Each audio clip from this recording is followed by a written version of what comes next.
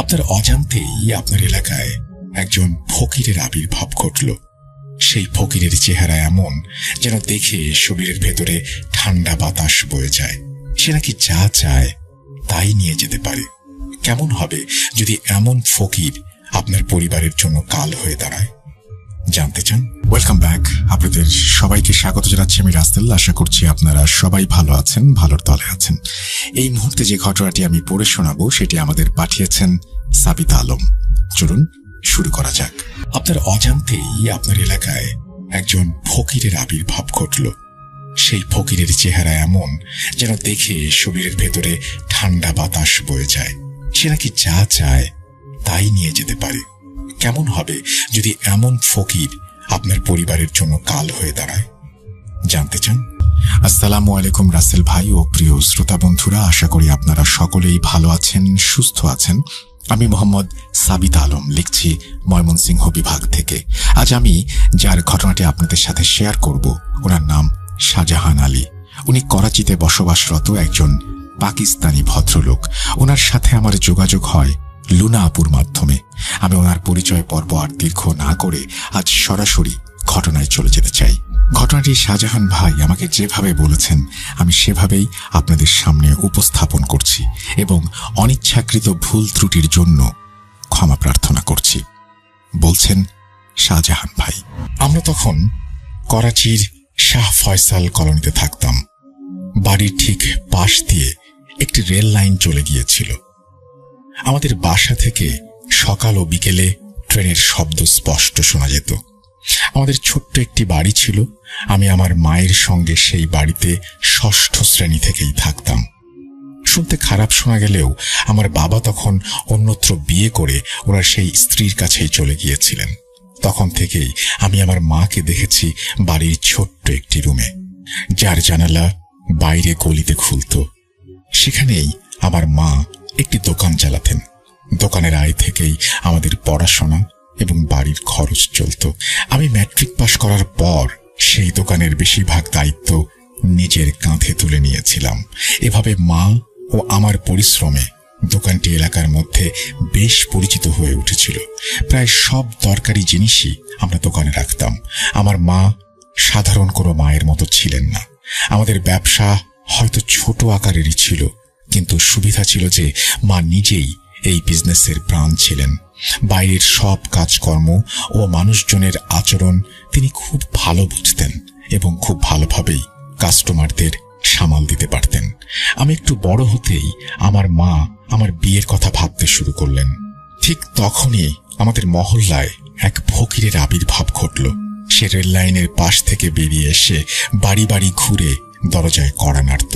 সে কালো লম্বা জামা পরত, মাথায় পাগড়ি বাঁধত, কাঁধে বড় একটি চাদর আর থলে ঝোলানো থাকত, হাতে থাকত বিন আর গলায় বড় বড় মালা। তার গায়ের রং বেশ গাঢ় ছিল, চোখে গভীরভাবে সুরমা লাগাত। বড় বড় গোঁফগুলো তার মুখকে যেন একেবারে ঢেকে দিয়ে রাখত। তার চেহারা এমন ছিল মনে হতো তাকে কিছু না দিলে সে হয়তো অভিশাপ দেবে। সে তার সেই কঠিন মুখ নিয়ে গলিতে ঢুকে পড়ত এবং সোজা সামনের দিকে হেঁটে চলে যেত। তার চোখগুলো আমার খুবই ভয়ঙ্কর লাগত। জানি না তার চোখের মাঝে কি রহস্য লুকানো ছিল। সে সবসময় ধীর পায়ে গলিতে প্রবেশ করত এবং গভীর দৃষ্টিতে সবাইকে দেখত।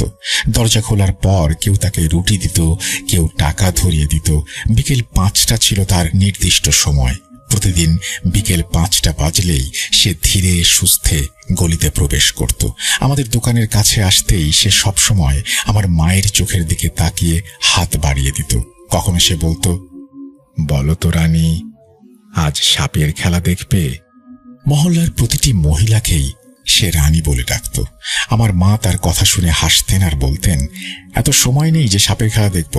তখন সে বলতো, আমার কাছে সব ধরনের বিষের ওষুধ আছে, মনও আছে। মা দোকানের জানালা থেকে সরাসরি তার দিকে তাকিয়ে বা না তাকিয়ে কিছু খাবার সামনে রাখতেন, আর সে হুঁ বলে জোরে একটা চিৎকার দিয়ে সামনে চলে যেত। আমি মায়ের পাশে বসে দেখতাম আর তাকে জিজ্ঞেস করতাম, এই হুঁ কি জিনিস যার জন্য সে এত জোরে চিৎকার করে? আমি তো সবসময় ফকিরদের আল্লাহ বলতে শুনেছি। মা বলতেন, এসব জেনে আমাদের কোনো কাজ নেই, সে যা চায় আমি দিয়ে দেই, এখানেই শেষ। আমারও কোনো আপত্তি হয়নি, আর শুধু হু বলাটা আমি বুঝতে পারতাম না। এভাবেই আস্তে আস্তে অনেকগুলো দিন কাটতে লাগলো, আর সেই ফকিরের বিষয়টা স্বাভাবিক হয়ে গেল। তারপর একদিন আল্লাহর ইচ্ছায় আমার বাগদান হয়ে গেল। বিয়ের আগে আমি আমার স্ত্রীকে কখনো দেখিনি, বিয়ের পর তাকে মায়ের পাশে দেখে আমি অবাক হয়ে গেলাম। মাশাআল্লাহ, আমার স্ত্রী ছিলেন খুবই সুন্দরী। সে যাই হোক, বিয়ে হলো, তখনই বুঝতে পারলাম সত্যিই আমার স্ত্রী সুহানা স্বপ্নের মতো আমার জীবনে এসেছে। আমি ওর প্রতি সম্পূর্ণভাবে মন দিলাম। সে দেখতে যেমন সুন্দর ছিল, তার চেয়েও বেশি সুন্দর ছিল তার স্বভাব। বাইরে যাওয়া আসা একদম পছন্দ করত না, অন্যদের সাথে মিশতও না। একদিন মা কিছুটা অসুস্থ ছিলেন, আর আমি বাড়ির পানির মোটর ঠিক করার জন্য ব্যস্ত ছিলাম। দোকান তখনও খোলা হয়নি। সন্ধ্যার দিকে হঠাৎ দরজায় খুব জোরে জোরে কড়া নাড়ার আওয়াজ হলো। সোহানা আমাকে বলল, তুমি কাজ করো, দরজায় কে আমি দেখছি। দরজা খোলার সঙ্গে সঙ্গেই সোহানা কিছু দেখে পেছনে সরে এসে দ্রুত দরজা বন্ধ করে দিল। আমি জিজ্ঞেস করলাম, কে ছিল বাইরে? সে বলল, কোনো ফকির এসেছিল। আমি অবাক হয়ে বললাম, হয়তো দোকান বন্ধ দেখে দরজায় এসেছে। আমি উঠে ভেতর থেকে সেই ফকিরের কিছু একটা এনে দিতে যাচ্ছিলাম, তখন সোহানা বলল, আগে তোমার কাজ শেষ করো। ওদের তো অভ্যাস এমনই, এক দরজায় না পেলে অন্য দরজায় যাবে, সেখানে পাবে। সে তো প্রতিদিনই আসে, কাল দিলেও হবে। আমি তখন আসলে কাজের চিন্তায় হয়তো একটু আনমনাই ছিলাম। সোহানার কথা শুনে আবার কাজে লেগে পড়লাম। পরদিনও মায়ের অবস্থার উন্নতি হলো না, তাই দোকানে আমাকেই থাকতে হলো। সেদিন সকাল থেকে আকাশ ছিল কালো মেঘে ঢাকা, আর হালকা বৃষ্টি পড়ছিল। দোকানে তেমন ভিড় ছিল না। আমি সারাদিন অপেক্ষা করছিলাম, ভাবছিলাম আজ হয়তো কিছু অদ্ভুত ঘটনা ঘটবে। বৃষ্টির দিনে কি মানুষের বাড়ির জিনিসপত্রের প্রয়োজন হয় না? এমন সময় সোহানা বৃষ্টিতে ভিজে একটা থালায় কিছু খাবার নিয়ে এলো। আমি একবার বৃষ্টি, একবার সোহানাকে দেখি, আর আল্লাহর কাছে কৃতজ্ঞতা জ্ঞাপন করি। ভাতের থালা তখনও আমার হাতেই ছিল। ঠিক তখনই সামনের রেল লাইন থেকে সেই ফকির বেরিয়ে এসে আমার সামনে এলেন। সে যত কাছে আসছিল ততই তার মুখে রাগের ছাপ স্পষ্ট হচ্ছিল। সেদিন তাকে একেবারে ভয়ঙ্কর দেখাচ্ছিল। বৃষ্টি তখন ঝড়ের মতো হচ্ছিল, আর সে যেন অজানা থেকে ধীরে ধীরে এগিয়ে আসছিল। তার বড় বড় সুরমা দেয়া চোখ লাল হয়ে উঠছিল। মনে হচ্ছিল যেন সে কোনো ব্যাপারে প্রচন্ড বিরক্ত। আমি কিছু বলার আগেই থালার সব খাবার হাতে নিয়ে তার ব্যাগে দিলাম। সে বলল, গতকালই প্রথমে এই বাড়ি থেকে আমি খালি হাতে ফিরলাম। তার গলার স্বর ছিল ভীষণ গম্ভীর। সে সোহানাকে গভীরভাবে দেখছিল। আমি বললাম, ফকির ভাই রাগ করবেন না, কাল আমার মা অসুস্থ ছিলেন। আমি এই কথা বলতেই সে রাগে গজগজ করতে লাগলো। তার চোখ থেকে যেন আগুন ঝরছিল, মুখেও চিন্তার ছাপ ফুটে উঠল। তারপর গম্ভীর স্বরে বলল, এই তোমার বউ তো কাল আমাকে ফিরিয়ে দিয়েছিল। আমি তখন সোহানার দিকে তাকালাম। সোহানা অদ্ভুত দৃষ্টিতে আমাকে দেখছিল। তখন সেই ফকিরকে আগের মতো লাগছিল না, মনে হচ্ছিল সে রাগে সবকিছু ছিঁড়ে খুঁড়ে ফেলবে। আমি তার চোখে চোখ রেখে কথা বলতে পারছিলাম না। তার মুখের অভিব্যক্তি দেখে তখন আমার বেশ ভয় লাগছিল। এরপর সে আমার সামনে দাঁড়িয়ে থেকে চোখ বন্ধ করলো এবং মুখে কিছু বিড়বিড় শব্দ করতে লাগলো। আমি খুব মনোযোগ দিয়ে তাকিয়েছিলাম। সে বন্ধ চোখেই পকেট থেকে কিছু একটা বের করে মুঠোর ভেতর ফু দিল। তারপর চোখ খুলে সোজা সুহানার দিকে তা ছুড়ে দিল। আমি সঙ্গে সঙ্গে পেছনে ঘুরে তাকালাম। সুহানা ভয় পেয়ে চোখ বন্ধ করে ফেলেছিল, কিন্তু সেখানে কিছুই ছিল না। বুঝতে পারলাম না ফকির আসলে কি ছুড়ে দিল। আমরা দেখতেও পেলাম না সেটা। আমি একবার সুহানাকে দেখি, একবার ফকিরের দিকে তাকাই। তখন সে গম্ভীর স্বরে বলল, এবার পালা আসবে। সে সুহানার দিকে গভীর মনোযোগে তাকিয়েছিল। আমার মনটা তখন ভীষণ অদ্ভুত লাগছিল। আমি তার উপর রাগও করতে পারছিলাম না, কিন্তু আমি তাকে বললাম, সে তো একজন ফকির, রোজই তো তাকে কিছু না কিছু দেয়া হয়, একদিন না পেলে এমন কি হয়? তাই বলে সে আমাদের সঙ্গে এমন করবে? আমার কথাগুলো শুনেই ব্যাগ থেকে খাবারগুলো দোকানের সামনেই ফেলে দিয়ে রাগে গলা শক্ত করে সামনে এগিয়ে গেল। আমার বুকের ভেতরটা ধুকপুক করতে শুরু করলো, কপালে ছোট ছোট ঘামের ফোঁটা দেখা দিল। আমি খানিকটা নার্ভাস হয়ে গেলাম। পেছনে তাকিয়ে দেখলাম সুহানা অবাক হয়ে আমার দিকে তাকিয়ে আছে, যেন সে জানতে চাচ্ছে এগুলো কি ঘটছে। আর সুহানা আমাদের এলাকারও ছিল না, তাই এসব ব্যাপার ওর জানার কথাও না। আমার মন অস্থির হয়ে উঠল। আমি মায়ের কাছে গিয়ে সব খুলে বললাম। মা তখনও জ্বর নিয়ে অসুস্থ অবস্থায় বিছানায়। মা বললেন, কাল কেন ফকিরকে রাগিয়ে দিলি? সুহানা তো জানে না, কিন্তু আজ পর্যন্ত আমরা কখনোই ওকে খালি হাতে ফিরিয়ে দেইনি। সে যখন এসেছে যা ছিল আমরা তাই দিয়েছি। তাছাড়া সুহানা তো জানারও কথা না। কালও এলে আমি নিজে গিয়ে বলবো মেয়েটা বুঝতে পারেনি। ব্যাপারটা হয়তো সাধারণই ছিল, কিন্তু আমার ভেতর একটা অজানা ভয় জন্ম নিতে লাগলো। ফকিরের সেই দৃষ্টি আমাকে অনেক কিছু বুঝিয়ে দিয়েছিল। সেদিন রাতেই হঠাৎ সুহানার খুব জ্বর বেড়ে গেল। আমি ভাবলাম মৌসুমি জ্বর, কিন্তু মধ্যরাতে হঠাৎ তার মাথায় প্রচন্ড ব্যথা শুরু হলো। ব্যথার তীব্রতায় ওর মুখের রং পাল্টে গেল। ওর মুখে ব্যথার ছাপ স্পষ্ট হয়ে উঠছিল। সে মাথা ধরে কাতরাচ্ছিল। আমি মাথা টিপে দিতে লাগলাম, কিন্তু কিছুতেই ব্যথা কমছিল না। আমি ওষুধ দিলাম, কিন্তু তাতেও কোনো কাজ হলো না। বাইরে আবহাওয়াও খারাপ, রাস্তার অবস্থাও ধ্বংসস্তূপের মতো। বুঝতেই পারছিলাম না কি করব। সারা রাত আমি আর মা ওর পাশে বসে রইলাম। ব্যথায় ওর মাথা যেন ফেটে যাচ্ছিল। ওর মুখ দেখে মনে হচ্ছিল যেন কেউ ওর শরীরের সব রক্ত শুষে নিয়েছে। মা নিজেও অবাক হয়ে গেলেন। একটা সাধারণ জ্বর এত ভয়ঙ্কর হতে পারে কিভাবে? সুহানা কিছুতেই শান্তি পাচ্ছিল না। সারা রাত ধরে ও যন্ত্রণায় কাতরাচ্ছিল। আমরা যতটুকু পারলাম করলাম, কিন্তু ওর যন্ত্রণা কমল না। ফজরের আজানের পর আমাদের অজান্তেই কখন যেন ঘুমিয়ে পড়েছিল। ও কখন ঘুমালো কে জানে। সকালে উঠে দেখি ওর চোখে এখনো ব্যথার ছাপ। রাতের মতো ভয়াবহ অবস্থা না হলেও সুহানা যেন আগের সুহানা নেই। এক রাতের কষ্ট ওকে পুরোপুরি বদলে দিয়েছে। জ্বর কমলে সে একদম চুপচাপ ছিল। মা বারবার বলছিল ডাক্তার দেখাতে, কিন্তু ও নিজেই যেতে রাজি হচ্ছিল না। মা সেই প্রথমবারের মতো ফকিরের জন্য অপেক্ষা করতে লাগলেন। বারবার দোকানের জানালা দিয়ে বাইরে তাকাচ্ছিলেন। মা বারবার মুখ ঘুরিয়ে রেল লাইনের দিকে তাকাতেন, যেন ফকিরকে দেখতে পান। নির্দিষ্ট সময় পেরিয়ে গেল, কিন্তু ফকিরের কোনো খবর নেই। সেই রাতেও সুহানার অবস্থা আবার একই রকম হলো। মাথার ব্যথায় সে দেয়ালে মাথা ঠুকতে লাগলো। কখনো আমি ওকে সামলাই, কখনো মাকে ডাকি, আবার ছুটে যাই এলাকার ডাক্তারের কাছে। ডাক্তার এসে অবস্থা দেখে বললেন, এটা সাধারণ মাথা ব্যথা নয়, এক্ষুনি বড় হাসপাতাল নিতে হবে। এটা সাধারণ কিছু নয়। ডাক্তার ব্যথার ইঞ্জেকশন দিলেন। মা তখন বললেন, আমার মনে হয় দোকানে আসা ফকিরের জন্য এমনটা হচ্ছে, না হলে এর আগে তো কখনো এমন হয়নি। সুস্থ একটা মেয়ে মুহূর্তের মধ্যেই হাতের মুঠো থেকে ফসকে গেল। নিশ্চয় এটা ফকিরের অভিশাপ। আমার মনেও সন্দেহ হতে শুরু করলো। মনে হচ্ছিল কোথাও থেকে ফকির আসুক, আমি তাকে সব কিছু দিয়ে ওর রাগটা কমিয়ে দেই। কিন্তু সেই সন্ধ্যাতেও ফকির এলো না। আমি পাড়ার বাড়িতে বাড়িতে গিয়ে খোঁজ করলাম, কোথাও ফকিরের খবর নেই। দুদিন ধরে সে কারো বাড়িতে যায়নি।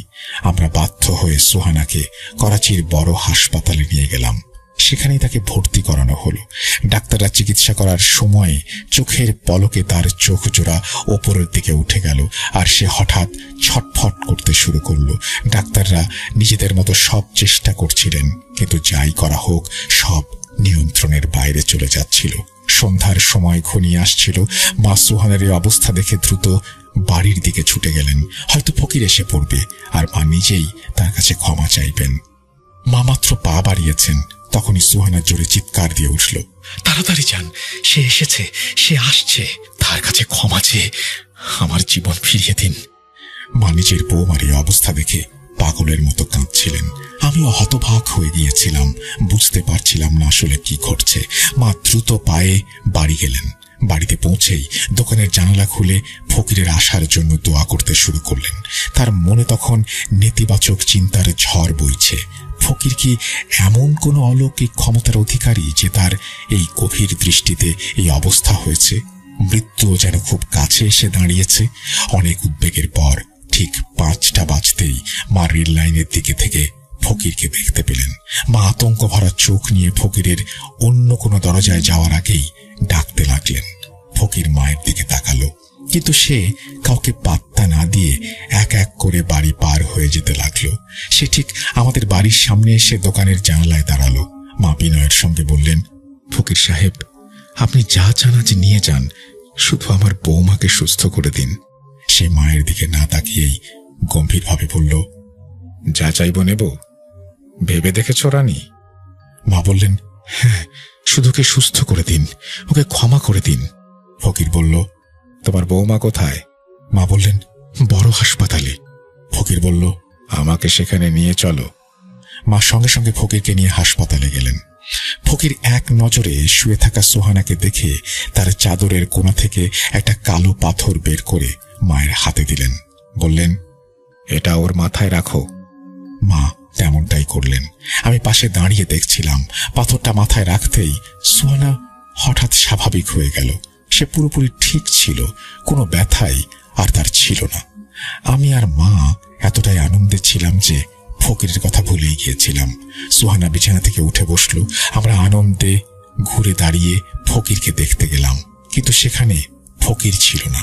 ভাবলাম হয়তো সোহানা ভালো হয়েছে দেখে চলে গেছে।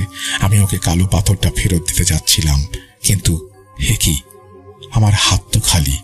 তাহলে সেই কালো পাথরটা কি আমার হাতেই ছিল না? আমি হতভম্ব হয়ে গিয়েছিলাম, কিন্তু স্ত্রীর সুস্থতার আনন্দটা ছিল আরো অনেক বেশি। আমরা বাড়িতে ফিরে এলাম। মা সোহানার পছন্দের খাবার রান্না করলেন। সোহানা নতুন জামা বের করে গোসল সেরে বাইরে এসে মা আর আমার পাশে বসল। সে সুস্থ ছিল, তবে কিছুটা চিন্তিত দেখাচ্ছিল। আমি জিজ্ঞেস করতে সে বলল, যখন আমি ব্যথায় কাতরাচ্ছিলাম, আমার চোখে শুধু সেই ফকিরের মুখটাই ভেসে উঠছিল, আর কারো কথা মাথায় আসছিল না। এটা বলতে সে খানিকটা ভয় পেয়ে গেল। বলল, কেন এমন হলো? কেন শুধু ফকিরের কথাই আমার মনে ঘুরছিল? আর ওই পাথরটা ছোঁয়াতে কিভাবে এত দ্রুত সুস্থ হয়ে গেলাম? তারপর সে মায়ের দিকে তাকালো। মা, এই ফকির আসলে কে? মা কিছু বলতে যাচ্ছিলেন, এমন সময় দরজায় ঘন্টা বাজল। বাইরে একটা ছেলে দাঁড়িয়ে আছে। বলল, দোকান থেকে কিছু জিনিস লাগবে, আপনারা কি দোকান খুলবেন? সত্যি বলতে এসবের মধ্যে আমরা দোকানের কথা ভুলেই গিয়েছিলাম। আমি উঠে দোকান খুলতে গেলাম। আমার বের হওয়ার সঙ্গে সঙ্গে মা রান্নাঘরে গেলেন। দোকানে কাস্টমার রেখে আমি আবার ঘরে এলাম, আর তখনই আমার চিৎকার বেরিয়ে গেল। সোহানা বিছানায় এলোমেলো অবস্থায় পড়েছিল। তার নাক থেকে রক্ত পড়ছিল, আর শরীরটা বরফের মতো ঠান্ডা। আমার চিৎকার শুনে মা সুহানাকে দেখলেন। আমি পাগলের মতো তার দিকে ছুটে গেলাম, কিন্তু সুহানা আমাদের সবাইকে ছেড়ে চলে গিয়েছে পরপারে। কিছুতেই বুঝতে পারছিলাম না কয়েক মিনিটের মধ্যে কিভাবে সব ঘটে গেল। আমার চোখের পানি যেন থামছিলই না। মায়ের অবস্থা আরো খারাপ। হাসপাতাল থেকে সুস্থ অবস্থায় আমরা তাকে নিয়ে এসেছিলাম, অথচ মুহূর্তেই কি থেকে কি হয়ে গেল। দাফনের আয়োজন চলছিল, আর আমি আর মা একে অপরকে জড়িয়ে ধরে কাঁদছিলাম। আমার চোখে এত পানি ছিল যে সামনে কি ঘটছে কিছু স্পষ্ট দেখতে পারছিলাম না। কবরস্থানে গিয়ে দাফন সম্পন্ন হলো। তখন আমার অবস্থা একেবারে পাগলের মতো। দাফনের পর আস্তে আস্তে উপস্থিত মানুষজন আমাকে সান্ত্বনা দিতে লাগলো। তারপর সবাই একে একে চলে যেতে শুরু করলো, কিন্তু আমার মন কিছুতেই মানছিল না। সবাই আমাকে ফিরে যেতে বলল। আমি উঠে কয়েক পা এগোলাম, কিন্তু আমার স্ত্রীকে আমি কিভাবে একা রেখে যাই? কবরস্থানের পাশে থাকা গাছপালার ভেতর একটা দেয়ালে হেলান দিয়ে বসে পড়লাম। সেখানে সম্পূর্ণভাবে অন্ধকার ছিল। আমি সেই বসে শুধু সুহানার কবরটা দেখছিলাম। রাত আরো গভীর হচ্ছিল, চারিদিকে চাঁদের আলো ছড়িয়ে পড়ছিল। দেয়ালে হেলান দিয়ে আমি তখনও গভীরভাবে কবরের দিকে তাকিয়ে। এমন সময় হঠাৎ আমি সুহানার কবরের কাছে কাউকে আসতে দেখলাম। এত রাতে কবরস্থানে কে আসতে পারে? চোখের জল ভালোভাবে মুছে আবার তাকালাম, যেন পরিষ্কার দেখতে পাই কে এসেছে। ভালোভাবে নজর পড়তেই দেখলাম সে একজন ফকির। আমার দৃষ্টি তার উপর আটকে গেল। সে কবরের দিকে এগিয়ে যাচ্ছিল। আজকের রাতটা আমার কাছে অনেক বেশি অদ্ভুত লাগছিল। আমি বিস্ময়ের সাথে ভাবছিলাম, এই ফকির আবার কে? এত রাতে কবরস্থানে কি করতে এসেছে? সে এগিয়ে গিয়ে অন্য কবরগুলো পেরিয়ে সুহানার কবরের সামনে এসে থমকে দাঁড়ালো। তারপর সে চারপাশে নজর ঘুরিয়ে নিতে লাগলো। আমি নিজের শ্বাসও আটকে রেখেছিলাম, দেখতে চাচ্ছিলাম যে সে শেষ পর্যন্ত কি করে। সে যখন নিশ্চিত হলো আশেপাশে কেউ নেই, তখন সে দ্রুত কবরটা খোঁড়া শুরু করলো। আমার ইচ্ছে হচ্ছিল সামনে গিয়ে তাকে আটকাই, জানতে চাই সে কি করছে, কি চাইছে। কিন্তু ঠিক তখনই মনে হলো কেউ যেন আমার পা শক্ত করে ধরে রেখেছে। আমি সেখানেই নিঃশব্দে দাঁড়িয়ে রইলাম। এরপর দেখলাম খুব দ্রুত সে আমার সুহানার লাশটা ভেজা মাটি থেকে বের করে এনে মাটির ওপরে রেখে দিল, আর সঙ্গে সঙ্গে কবরের মাটি আগের মতো ঢেকে দিল। এরপর সে সুহানার পাশে বসে কিছু একটা পড়তে লাগলো। সে তার পায়ের কাছে দাঁড়িয়ে ক্রমাগত কিছু উচ্চারণ করছিল। এরপর দেখলাম সুহানার শরীরটা একটু নড়ল। সে কাফন সহ সোজা হয়ে বসল। আমি চিৎকার করতে যাচ্ছিলাম, কিন্তু নিজেকে কিভাবে সামলালাম আমি জানি না। সে আবার কিছু পড়ল এবং সুহানার মুখ থেকে কাফন সরিয়ে দিল। সুহানা উঠে দাঁড়ালো। ফকির তখন একটা কালো বড় চাদর তার শরীরে ঢেকে দিল আর তাকে পেছন পেছন আসতে ইশারা করল। সুহানা চাদরে ঢাকা অবস্থায় ফকিরের পেছন পেছন হাঁটতে শুরু করলো। আমি নিঃশব্দে ঠাঁই দাঁড়িয়ে দেখছিলাম। আমার ভেতর ভয়ে আতঙ্কের ঢেউ খেলছিল। তখন শুধু একটা প্রশ্নই মাথায় ঘুরছিল, এই ফকিরটা আসলে কে? সে কি কোনো জাদুকর যে জাদুর শক্তিতে সব করছে? কিন্তু যদি সে জাদুকরই হয়, তাহলে তার সাথে সুহানার কি সম্পর্ক? আর সুহানা কি আসলেই মারা গেছে? তাহলে সব কি দেখছি আমি শুনেছিলাম মৃত মানুষের ওপর জাদু কাজ করে না। তাহলে চোখের সামনে যা ঘটছে সেটা কি? মুহূর্তেই সব ভয়কে পেছনে ফেলে আমি দ্রুত ফকিরের পেছনে হাঁটতে শুরু করলাম। সে তখনও এগিয়ে যাচ্ছিল আর এক আঙুল তুলে সুহানাকে পেছনে আসার ইঙ্গিত দিচ্ছিল। আর সুহানা যেন পোষা প্রাণীর মতো ওর পেছন পেছন হাঁটছিল। আমরা রাস্তা পেরিয়ে একটা মসজিদের কাছে এসে পৌঁছালাম। আর ঠিক তখনই এই মুহূর্তটার জন্য আমি অপেক্ষা করছিলাম। এতক্ষণ আমি চুপচাপ পা টেনে টেনে পেছন পেছন আসছিলাম, কিন্তু আমি একা আর কি করতে পারি? ফকিরের ক্ষমতা সম্পর্কে আমার তেমন কোনো ধারণাই ছিল না, কিন্তু হঠাৎ মসজিদটা চোখে পড়তেই যেন এক অজানা শক্তি আমার ভেতরে জেগে উঠল। মুহূর্তেই আমি সুহানাকে শক্ত করে ধরে ফেললাম।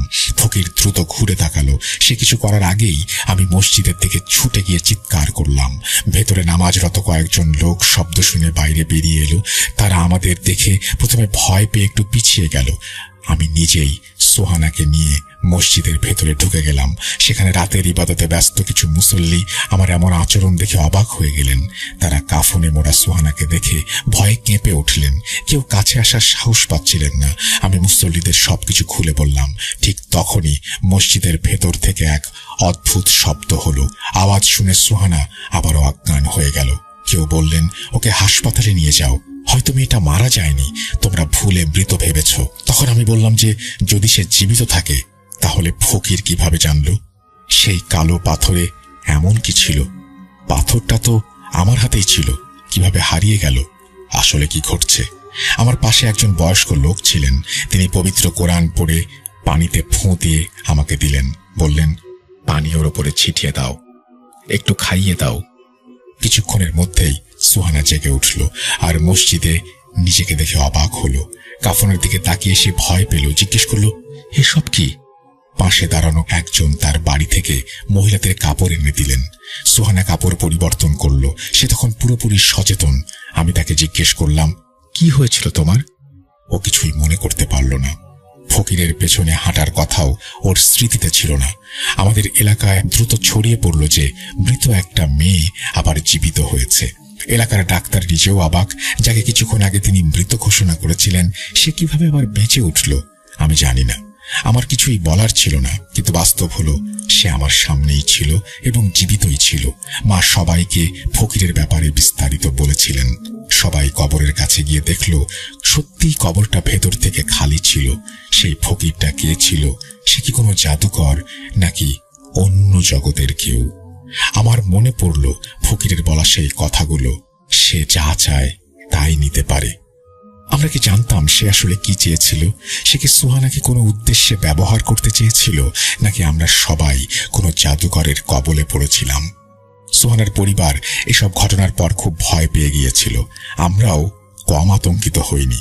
তবে বয়স্কদের দোয়া আর সাহসেই সুহানা এখন সম্পূর্ণ স্বাভাবিক। ফকিরের কথা তার মনে আর আসেই না, কিন্তু আমি কিভাবে সব ভুলতে পারি?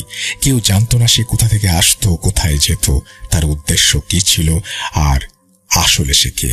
আমাদের গলির বাইরের কেউ তাকে চিনত না। আমাদের গলির মানুষ ছাড়া অন্য কেউ তাকে দেখেনি। এরপর থেকে আর কোনো ফকিরকে আমার বউয়ের দিকে তাকানোর সুযোগ দেইনি। ওই এলাকা ছেড়ে আমরা অন্য জায়গায় চলে এসেছি। ভাগ্যিস এরপর আর কোনো ফকিরের মুখোমুখি হয়নি। তবে আজও আমার মনে প্রশ্ন জাগে, সে আসলে কে ছিল আর কি চেয়েছিল? এই ছিল আমার ঘটনা। ধন্যবাদ সবাইকে। আল্লাহ হাফেজ। প্রিয় লিসেনার্স, আপনাদের জন্য কালেক্ট করা আমার ঘটনা আজকের মতো এখানেই শেষ। মনোযোগ দিয়ে ঘটনাটি শোনার জন্য ধন্যবাদ। ভালো লেগে থাকলে অবশ্যই জানাবেন। এই বলে সাবিত আলম তার ঘটনা শেষ করেছেন। খুবই অন্যরকম একটি ঘটনা। একটি মেয়ে মারা যায়নি, কিন্তু তাকে মৃত বানিয়ে ফেলা হয়েছিল, বা একটা মৃত মানুষের মধ্যে যে বৈশিষ্ট্য থাকে সেই বৈশিষ্ট্যগুলো তার মধ্যেও ছিল বলেই ডাক্তারও বিভ্রান্ত হয়েছিলেন এবং তাকে কবরস্থ করা হয়েছিল। এটা আমি আসলে এভাবে কখনো ভাবিনি বা এরকম হতে পারে, এটা আমার কল্পনাতেও আসেনি। যাই হোক, আপনারা যদি কেউ এরকম কোনো ঘটনা শুনে থাকেন এর আগে বা জেনে থাকেন, অবশ্যই আমাদের জানাবেন। আমরা চলে যাব আমাদের পরবর্তী ঘটনায়। Welcome back. আপনাদের সবাইকে স্বাগত জানাচ্ছি আমি রাসেল। আশা করছি আপনারা সবাই ভালো আছেন এবং ভালোর দলে আছেন। আমিও ভালো আছি এবং ভালোর দলে আছি। আর বড় একটা ঘটনার পরে আমরা এখন চলে যাব একটা অডিও ক্লিপে। আশা করছি এই অডিও ক্লিপটিও আপনারা শুনবেন। যদি ভালো লাগে অবশ্যই আমাদের জানাবেন। চলুন শুরু করা যাক। আসসালামু আলাইকুম রাসেল ভাই, আশা করি আপনারা সবাই ভালো আছেন। আমি বুট.com এর একজন ছোটখাটো ফ্যান বলতে পারেন। আমি আপনার বুথ এফএম শুনি সেই 2012 সাল থেকে। তো মাঝখান দিয়ে কিছুদিন শোনা হয় না, তারপর আবার যখন আপনি বুট.com শুরু করেন তখন থেকে আবার নিয়মিত শোনা হয়।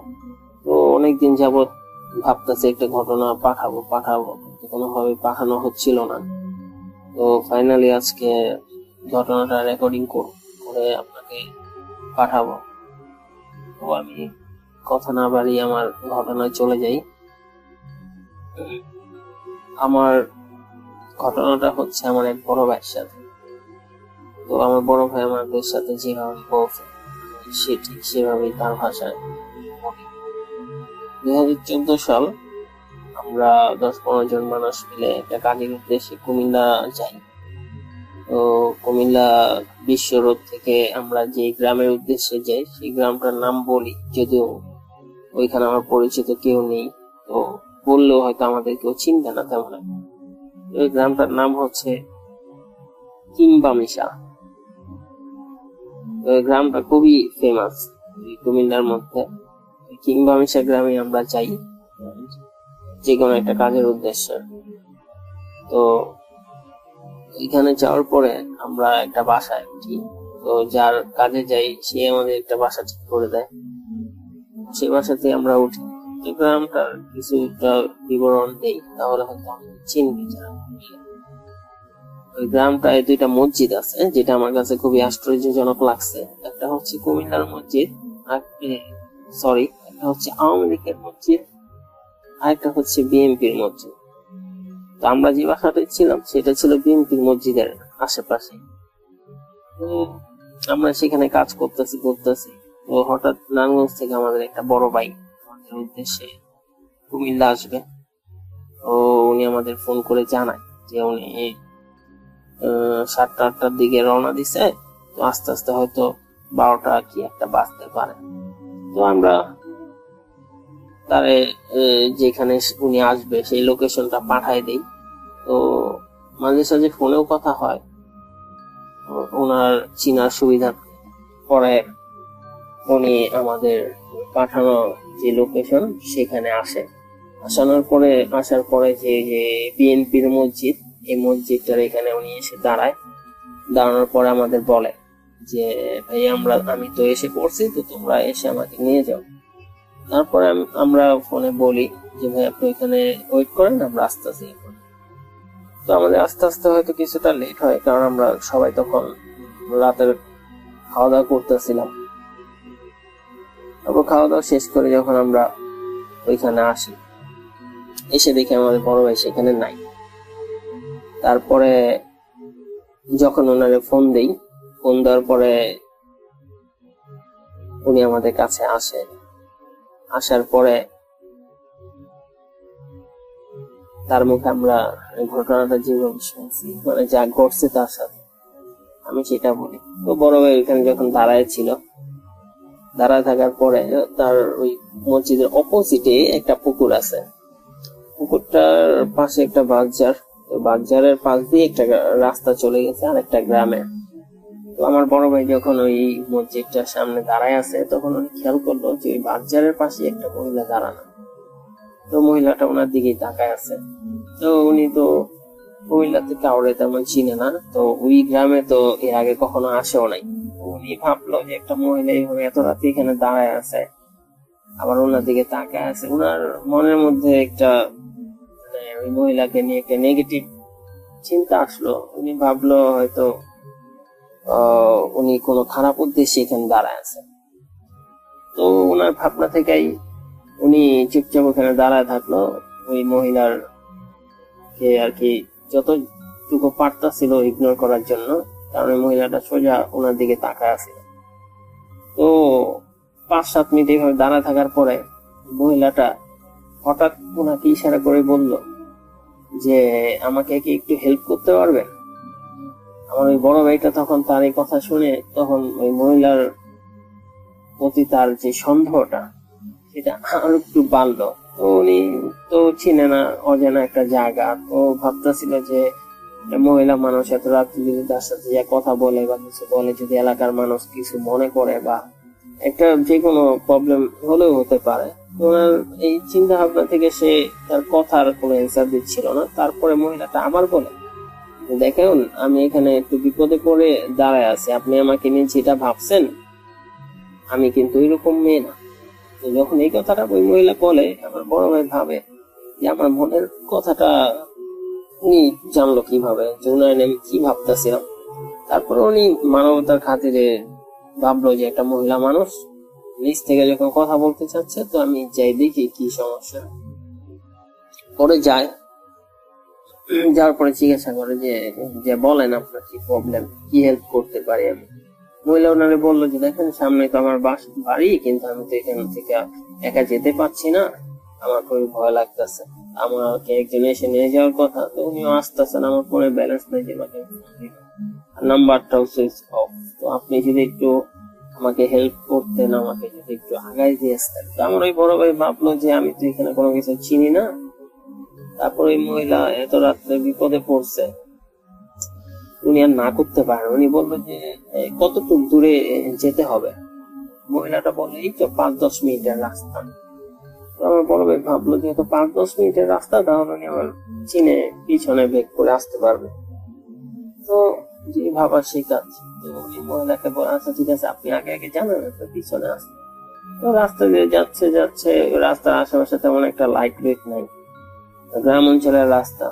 দিনের বেলা ওই রাস্তার যেই পরিবেশটা সেটা একটু বলি, যে আমরা দিনের বেলা ওই দিকটায় হাঁটতে বের হইতাম। তো এই জায়গাটা খুবই সুন্দর, কারণ দোনো পাশে হচ্ছে বিল ক্ষেত। তো রাস্তার দুপাশে আপনার সারি সারি গাছ, এখানে তাল গাছ, খেজুর গাছ, আম গাছ, কাঁঠাল গাছ, বিভিন্ন ফলের গাছ লাগানো। তো দিনের বেলা যতটা সুন্দর এই জিনিসটা রাতের বেলা ঠিক ততটাই ভয়ানক লাগে। তারপরে বড় ভাই হাঁটতেছে এই মহিলাটা ওনার সামনে। তো হাঁটতে 10 বা 15 মিনিটের মতো একটা রাস্তা ওনারা অতিক্রম করার পরে মহিলা বাম পাশে হঠাৎ একটা বাসার মধ্যে গেট দিয়ে ঢুকার আগে আমার বড় ভাইয়ের যে পিছনে তার দিকে একবার ঘাড় ঘুরে তাকাইছে, সেই পর্যন্ত সবই স্বাভাবিক ছিল। তো তাকানোর পরে উনি বাসার মধ্যে ঢুকে যায়। তো গ্রাম অঞ্চলের বাসা গুলা বেশিরভাগ ক্ষেত্রে যেরকম হয় যে অনেক বড় বড় উঠান থাকে, আর একটা পাশে হয়তো বাসা থাকে, রুম থাকে, আরেক পাশটা টোটালি খালি থাকে, উঠান, বড় বড় উঠান। তো ওই বাসাটাও সেম এরকমই ছিল। তো আমার বড় ভাই ভাবলো যে এত রাত পর্যন্ত যেহেতু ওনাকে এতটুকু আগায় দিতে পারছি, তো আমি আরেকটু ভালোভাবে খেয়াল করে দেখি যে উনি অ্যাকচুয়ালি রুমে ঢুকছে কিনা। তো যেই কথা সেই কাজ, আমার বড় ভাই আস্তে আস্তে ওই বাসার মধ্যে এখানে আসে, গেট দিয়ে যখন মাথা ঢুকায় দেখার চেষ্টা করে, তো দেখার পরে উনি দেখতে পায় যে সামনে 3টা রুম স্পষ্ট দেখা যাচ্ছে। হ্যাঁ, আবার ওইখানে একটা লাইট ছিল বাসার মধ্যে, মাঝখানে একটা ছোট বালক ধরানো ছিল। তো এই জন্য স্পষ্ট বোঝা যাচ্ছে যে এই রুম গুলো তালা মারা। আমার বড় ভাই ভাবলো যে যদি তালা মারা থাকে তাহলে উনি মাত্রই তো আসলো, আসার পরে তালা খুলবে, রুমে যাবে, তারপর হয়তো রুমের লাইট অফ অন করবে, ওই আলো তো বাইরে আসার কথা, যেটা স্বাভাবিক হয় আর কি। মানুষ তো সাথে সাথে রুমে ঢুকার পরেই এই রুম দরজা লাগিয়ে দেয় না বা লাইট অফ করে দেয় না। তো ওনার থিঙ্কিং হচ্ছে এরকম যে উনি যদি রুমে যায়, রুমে যাবে, লাইট ধরাবে, সে আলোটা বাইরে আসবে, উনি আর কি ওনার মতো করে ভাবতেছে যে আমি তো বুঝতে পারবো যে একটা মানুষ রুমে ঢুকছে কিনা। তো ওনার ভাবনা এটা আসলো যে যদি রুমে ঢুকতো তাহলে আমি দেখতাম, যেহেতু রুমে ঢুকে নেই তার মানে মহিলা আশেপাশে আছে। তো উনি একটু বাসার মধ্যে ঢুকলো, ঢুকার পরে ভালোভাবে খেয়াল করলো যে অনেক বিশাল একটা উঠান, ওনার চোখ যতদূর পর্যন্ত যায় কোনো কিচ্ছু নাই, স্পষ্ট দেখা যাচ্ছে তার সোজা স্টেপ একটা বাগজার, রাত্রেবেলা হয়তো ওরকমই মনে হইতেছে যে জঙ্গল টাইপের আর কি। তো আরেকটা পাশ হচ্ছে খালি, তো সোজা একটা বিলের মতো আছে। তো উনি বিলের দিকে যখন মুখ করে তাকায়, তাকানোর পরে খেয়াল করলো যে বিলের একটু দূরে 100 মিটার বা 200 মিটারের মতো এরকম একটা ডিস্টেন্সে যে ঠিক ওই মহিলাটার মতো একজন দাঁড়ায় আছে, যে সেম ওই সাদা কাপড় পরা। ও একটা কথা বলি রাসেল ভাই, যে ওই মহিলাটা সাদা কাপড় পরা ছিল, কিন্তু কাপড়ের মধ্যে কিছুটা ডিজাইন করা ছিল। ডিজাইনটা আমার বড় ভাই দেখছে এই জন্যই যে আপনার উনি ওনার পিছনে যখন মোবাইলের ফ্ল্যাশ মেরে মেরে যাচ্ছিল তখন আর কি কিছুটা বুঝতে পারছে যে ঠিক ওইরকম সাদা কাপড় না, আমরা যেরকম দেখি কাপড়ের মতো ঠিক ওরকম না, সাদার মধ্যে ডিজাইন ছিল আর কি। উনি বুঝতে পারে যে ওই বিলের ওইখানে এত দূরে ওই মহিলাটাই দাঁড়ায় আছে। তো এতক্ষণ পর্যন্ত সবকিছু স্বাভাবিক ছিল ওনার কাছে। তারপর যখন উনি দেখলো যে 1 মিনিটের ব্যবধানে একটা মানুষ এত দূর অব্দি কিভাবে চলে যায়, আবার ওনার দিকে তাকায় আছে, উনি এই জিনিসটা যখন ভালো খেয়াল করলো তখনই তার মাথায় ভয়টা ঢুকলো আর কি। উনি ভাবলো যে আমি হয়তো ভুল কোনো কিছু এইখানে এসে বসে। তো ওনার মধ্যে তখন ভয়টা কাজ করলো, কাজ করার পরে উনি সাথে সাথে আমাদের ফোন দেয়। পরে আমরা তো যতটুকু পারি রাস্তার আগে আসার পরে আমরা ওনারে বলি যে ভাই আপনি তো এমনিতে জায়গা চিনেন না, তারপরে আপনি আবার এই দিকে আসলেন কিভাবে, মানে ওইদিকে তো আপনার যাওয়ার কথা না এত রাত্রেবেলা। তারপর উনি আমাদের বলতেছে যে আচ্ছা আগে বাসায় চলো, পরে আমাদের বলতেছে ঘটনা কি হয়েছে। তারপর আমরা ওনারে দেখলাম যে উনি মানে দৌড়ে আসছে, তো ঘেমে ঘুমে একাকার একটা আতঙ্ক কাজ করতেছে ওনার মধ্যে, মানে শরীর হাত পা কাঁপতেছে এরকম। পরে আমরা উনি নিয়ে বাসায় যাই। বাসায় যাওয়ার পরে উনি ফ্রেশ ট্রেশ হওয়ার পরে খাওয়া দাওয়া করার পরে যখন ওনার জিজ্ঞাসা করি যে ভাই আপনি এত রাত্রেবেলা ওই দিকে কেন গেলেন, আপনার তো এখানে চেনার কোনো কথা না, ওই দিকটা অন্তত না। উনি আমাদেরকে পুরো ঘটনাটা বলল। তো ঘটনাটা আমাদের বলার পরে যখন আমরা সবার উদ্দেশ্যে ঘুমানোর জন্য বলি, তো আমরা সবাই ঘুমিয়ে পড়ি। তো তখন কয়টা বাজবো, রাত্রে 3টা বা 4টা হবে। উনি মাত্রই ঘুমাইছেন, যেহেতু অনেক রাত করে আসছে। তো খাওয়া দাওয়া করতে করতেই রাত্রে 2টার মতো বেজে গেছে। তারপর হয়তো 1 ঘন্টা ঘুমাইছে, এর মধ্যে উনি চিৎকার দিয়ে ওঠে। তো ওনার চিৎকারে তো আমাদের সবার ঘুম ভেঙে যায়। তো আমরা লাইট ধরানোর পরে তারা জিজ্ঞাসা করি যে ভাই কি হয়েছে, চিৎকার দিলেন কেন? তখন উনি বলতেছে যে ভাই আমি তো তোমাদের যে ঘটনাটা বললাম মহিলাটাকে নিয়ে, সেই মহিলা তো আমার স্বপ্ন আসছে। আমরা তো কৌতূহল বশত তারা জিজ্ঞেস করি কি স্বপ্ন দেখলেন। উনি আমাদের বলল যে আমি যে মহিলাটাকে আগায় দিয়েছি তার চেহারা তো স্পষ্ট আমার মনে আছে, কারণ তার আমি দেখছি সামনাসামনি। তারপর সে আমার স্বপ্নে আসলো, সে আমাকে বলতেছে যে আমার বাসা পর্যন্ত আগায় দিছেন, এর জন্য আপনাকে ধন্যবাদ। আমি আরেকটু খুশি হইতাম যদি আপনি আমার সাথে আরেকটু আমার কাছাকাছি এসে আমার সাথে দেখা করে যেতেন, তাহলে আপনার জন্য আমার কাছে একটা ছোট গিফট ছিল, আমি সেই গিফট আপনাকে উপহার হিসেবে দিতাম। এটা বলে নাকি তার স্বপ্নের মহিলা একটা হাসি দেয়, রহস্যজনক হাসি দেয়। আর সেই হাসিটার মধ্যে নাকি একটা অন্যরকম ভয় ছিল, যেটা উনি বলে। এটা দেখে উনি অনেক ভয় পায়, তো ভয় পেয়ে আর কি চিৎকার দিয়ে ওঠে। তো এই ছিল রাসেল ভাই ওনার ঘটনা, যেটা উনি শেয়ার করছে আমাদের সাথে। তো যদি ভালো লাগে অবশ্যই ঘটনাটা শেয়ার করবেন লিসেনারদের সাথে। আর যদি এই ঘটনাটা সিলেক্টেড হয়, তো আমার কাছে আরো অনেকগুলা ঘটনা আছে,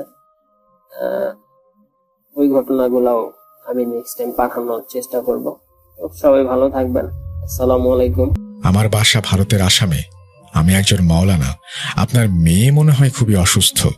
ওয়েলকাম ব্যাক। আপনাদের সবাইকে স্বাগত জানাচ্ছি আমি রাসেল। আশা করছি আপনারা সবাই ভালো আছেন এবং ভালোর তলে আছেন। আমিও ভালো আছি এবং ভালোর তলে আছি। বেশি কথা না বাড়িয়ে আমরা সরাসরি ঘটনায় যাচ্ছি। এই ঘটনাটি আমাদের সংগ্রহ করে দিয়েছেন ইরাম, তবে এই ঘটনাটি লিখেছেন হয়তো অন্য কেউ। চলুন যেভাবে লেখা আছে আমি সেভাবেই পড়ে শোনাই ঘটনাটি। আসসালামু আলাইকুম রাসেল ভাই, আমি ইরফান ইসলাম ইরাম লিখছি রংপুরের আইডিয়াল মোড় থেকে। এখন যে ঘটনাটি শেয়ার করব, এই ঘটনাটি আমাকে শেয়ার করেছেন ভূত.com এর শ্রোতা মোহাম্মদ ইসমাইল হোসেন রামিম। তিনি একজন এইচএসসি পরীক্ষার্থী। লেখার মধ্যে ভুল হলে বা শব্দ চয়নে ভুল হলে ক্ষমা সুন্দর দৃষ্টিতে দেখবেন। আমি মোহাম্মদ ইসমাইল হোসেন রামিম। আমার বাসা মিরপুর, ঢাকা 1216। আমার বাবা পেশায় সাংবাদিক। বাবা সাংবাদিকতা পেশায় নিয়োজিত থাকার কারণে ঢাকার বাইরে বেশিরভাগ সময় থাকেন। 2014 সালের সেপ্টেম্বর মাসে ঘটনার সূত্রপাত আমার বোনের সাথে। আমার বোন স্বভাবতই একটু অলস প্রকৃতির। ইদানিং আমার বড় বোন অনেক বেশি ঘুমান। দীর্ঘ সময় ধরে ঘুমানোর কারণে মা আপুর কাছে জানতে চায় অসুস্থ বোধ করছে কিনা।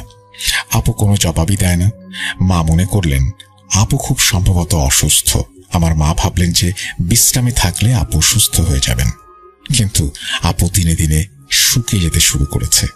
বিছানা থেকে উঠে যে দাঁড়াবে সেই শক্তিটুকুও তার শরীরে নেই। একদিন রাতের কথা, আপু রুমে ঘুমাচ্ছেন, তখন অনামিকা আপুর রুম থেকে গড় গড় শব্দ ভেসে আসছে। শব্দ পেয়ে আম্মু অনামিকা আপুর রুমে গেলেন। আপু বেডে শুয়ে আছেন আর ঘুমের মধ্যেই থরথর করে কাঁপছেন এবং কাঁপুনির সাথে সাথে একটা গড় গড় শব্দও করছেন।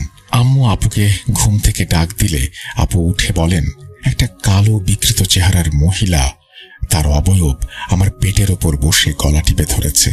আপুর পুরো শরীর ঘামে ভেজা। আপু মাকে উদ্দেশ্য করে বলেন, তুমি না আসলে বোধহয় আমি মরে যেতাম মা। পানি নিয়ে এসে আপুকে খেতে দিলাম। আপু পানি খেলেন এবং মধ্যরাতে ঘুমিয়ে পড়লেন। আপুর পাশে আম্মু শুয়েছেন। ফজরের ঠিক আগ মুহূর্তে আপুর রুমে ঢোকার মূল দরজায় খসখস শব্দ ও শিরিষ কাগজ দিয়ে ঘষা মাটার শব্দ হচ্ছে, অর্থাৎ কে যেন দরজার ওপর থেকে নিচে আবার নিচ থেকে ওপরে শিরিষ কাগজ দিয়ে ঘষছে। মা শব্দ পেয়ে দেখতে গেলেন। দরজা খোলা মাত্রই মাকে শূন্যের ওপরে ভাসিয়ে নিয়ে যেতে লাগলো এই অপশক্তিটা। বাসার বারান্দায় ভেসে গিয়ে মাকে মেঝেতে ফেলে দেয়। আম্মু ডিম লাইটের মৃদু আলোতে দেখলেন বারান্দার লোহার গ্রিলের ফুটো ভেদ করে অনেক বড় একটা সাপ নিচে পড়ল এবং নিচে পড়া মাত্রই সে দৌড়ে চলে গেল। মা সেন্সলেস হয়ে যান। পরদিন সকালে মা জ্ঞান ফিরতেই বলেন যে আজরাইল এসেছে আমাকে নিতে, সে নিয়ে যাবে। মামা বললেন, আপা তুমি হয়তো স্বপ্ন দেখেছ, কেউ তোমাকে নিতে আসেনি, এই যে দেখো আমরা সবাই আছি। আধ ঘন্টা পরে মা বলেন, আমি গত রাত্রে কি দেখলাম এটা বলে মা রাতের ঘটনাটি বলতে শুরু করলেন। রুম থেকে অনামিকা আপুর কাঁকুনির শব্দ পেয়ে আবার সবাই রুমে যায়। রুমে গিয়ে দেখে আপুর শরীরে অনেক জ্বর। আপুর মুখ, হাত পা নীল বর্ণ ধারণ করেছে। আপুকে সোহরাওয়ার্দী মেডিকেল কলেজ ও হাসপাতালে নিয়ে যাওয়া হয়। হাসপাতালের ইমার্জেন্সি বিভাগের ডাক্তার বলেন, রোগীর অবস্থা তো খুবই খারাপ, কেবিনে ভর্তি করাতে হবে। আপুর হাসপাতালে 2 দিন চিকিৎসা চললেও শরীরের কোনো উন্নতি হয় না।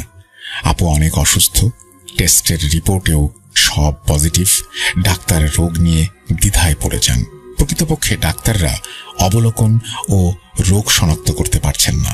পরের দিন বাবা কর্মস্থান থেকে হাসপাতালে এলেন এবং হাসপাতালে এসে ডাক্তারদের সাথে কথা বললেন। যেহেতু আপুর শরীরের কোনো উন্নতি হলো না, তাই বাবা ডিসিশন নিলেন মিরপুরে বাসায় নিয়ে যাবেন। হাসপাতাল থেকে রিলিজ করিয়ে অনামিকা আপুকে বাসায় নিয়ে আসা হয়। 2 দিন বাসাতেই পুরোদমে বিশ্রামে থাকলেন আপু। ডাক্তারের দেওয়া ঔষধ নিয়মিত খেলেন। 3য় দিন রাতের ঘটনা। ঠিক মধ্যরাতে আপুর রুমে ধস্তাধস্তির শব্দ শুরু হয়। আমার রুম আর আপুর রুম পাশাপাশি হওয়াতে আমি বুঝতে পারি বিদ্ঘুটের শব্দ আসছে আপুর রুম থেকে। আপুর রুমে গিয়ে দরজা আস্তে করে খুলে দেখলাম যে আপুর বুকের ওপরে হুবহু আপুর মতোই দেখতে একটা অবয়ব বসে আছে আর 2 হাত দিয়ে আপুর গলা চেপে ধরেছে। আমি প্রথমে আচমকাই একটু চমকে উঠি। আমি বুঝতে পারছিলাম না আসলে কোনটা আপু। লাইট জ্বালাতে গেলে আপুর মতন দেখতে অবয়বটা ঝাঁপিয়ে পড়ে আমার ওপর। আমি মেঝেতে পড়ে যাই এবং তীব্র আঘাত পাই মাথায়। তারপরে উঠে দাঁড়াই। আপুর বেশধারী অবয়বটা খাটের নিচে ঢুকে পড়ে। আমি তীব্র ব্যথার মাঝেও ধীরে ধীরে উঠে লাইট জ্বালাই, আর পরক্ষণে লাইট জ্বালানো মাত্রই অবয়বটি রুমের পাশে লাগোয়া বারান্দা দিয়ে ধোয়ার কুণ্ডলি পাকিয়ে নিচে নেমে মানুষের রূপ ধারণ করে। অবয়বটার চেহারা বিমর্ষ ও তার চোখ দুটো সাদা, অর্থাৎ চোখের মণি ধূসর। আমি প্রচুর ভয় পেয়ে যাই। ভয়ের চোটে আমার শিরদাঁড়া দিয়ে ঠান্ডা স্রোত বয়ে যায়। আমি দৌড়ে মায়ের রুমে গিয়ে মাকে জড়িয়ে ধরি, আব্বুকে ডাকি এবং বিষয়টা খুলে বলি। আম্মু আর আমি আপুর রুমে গিয়ে দেখি আপু সেন্সলেস হয়ে পড়ে আছেন। নাক দিয়ে রক্তের স্রোত বইছে, বেডশিট ভিজে একাকার।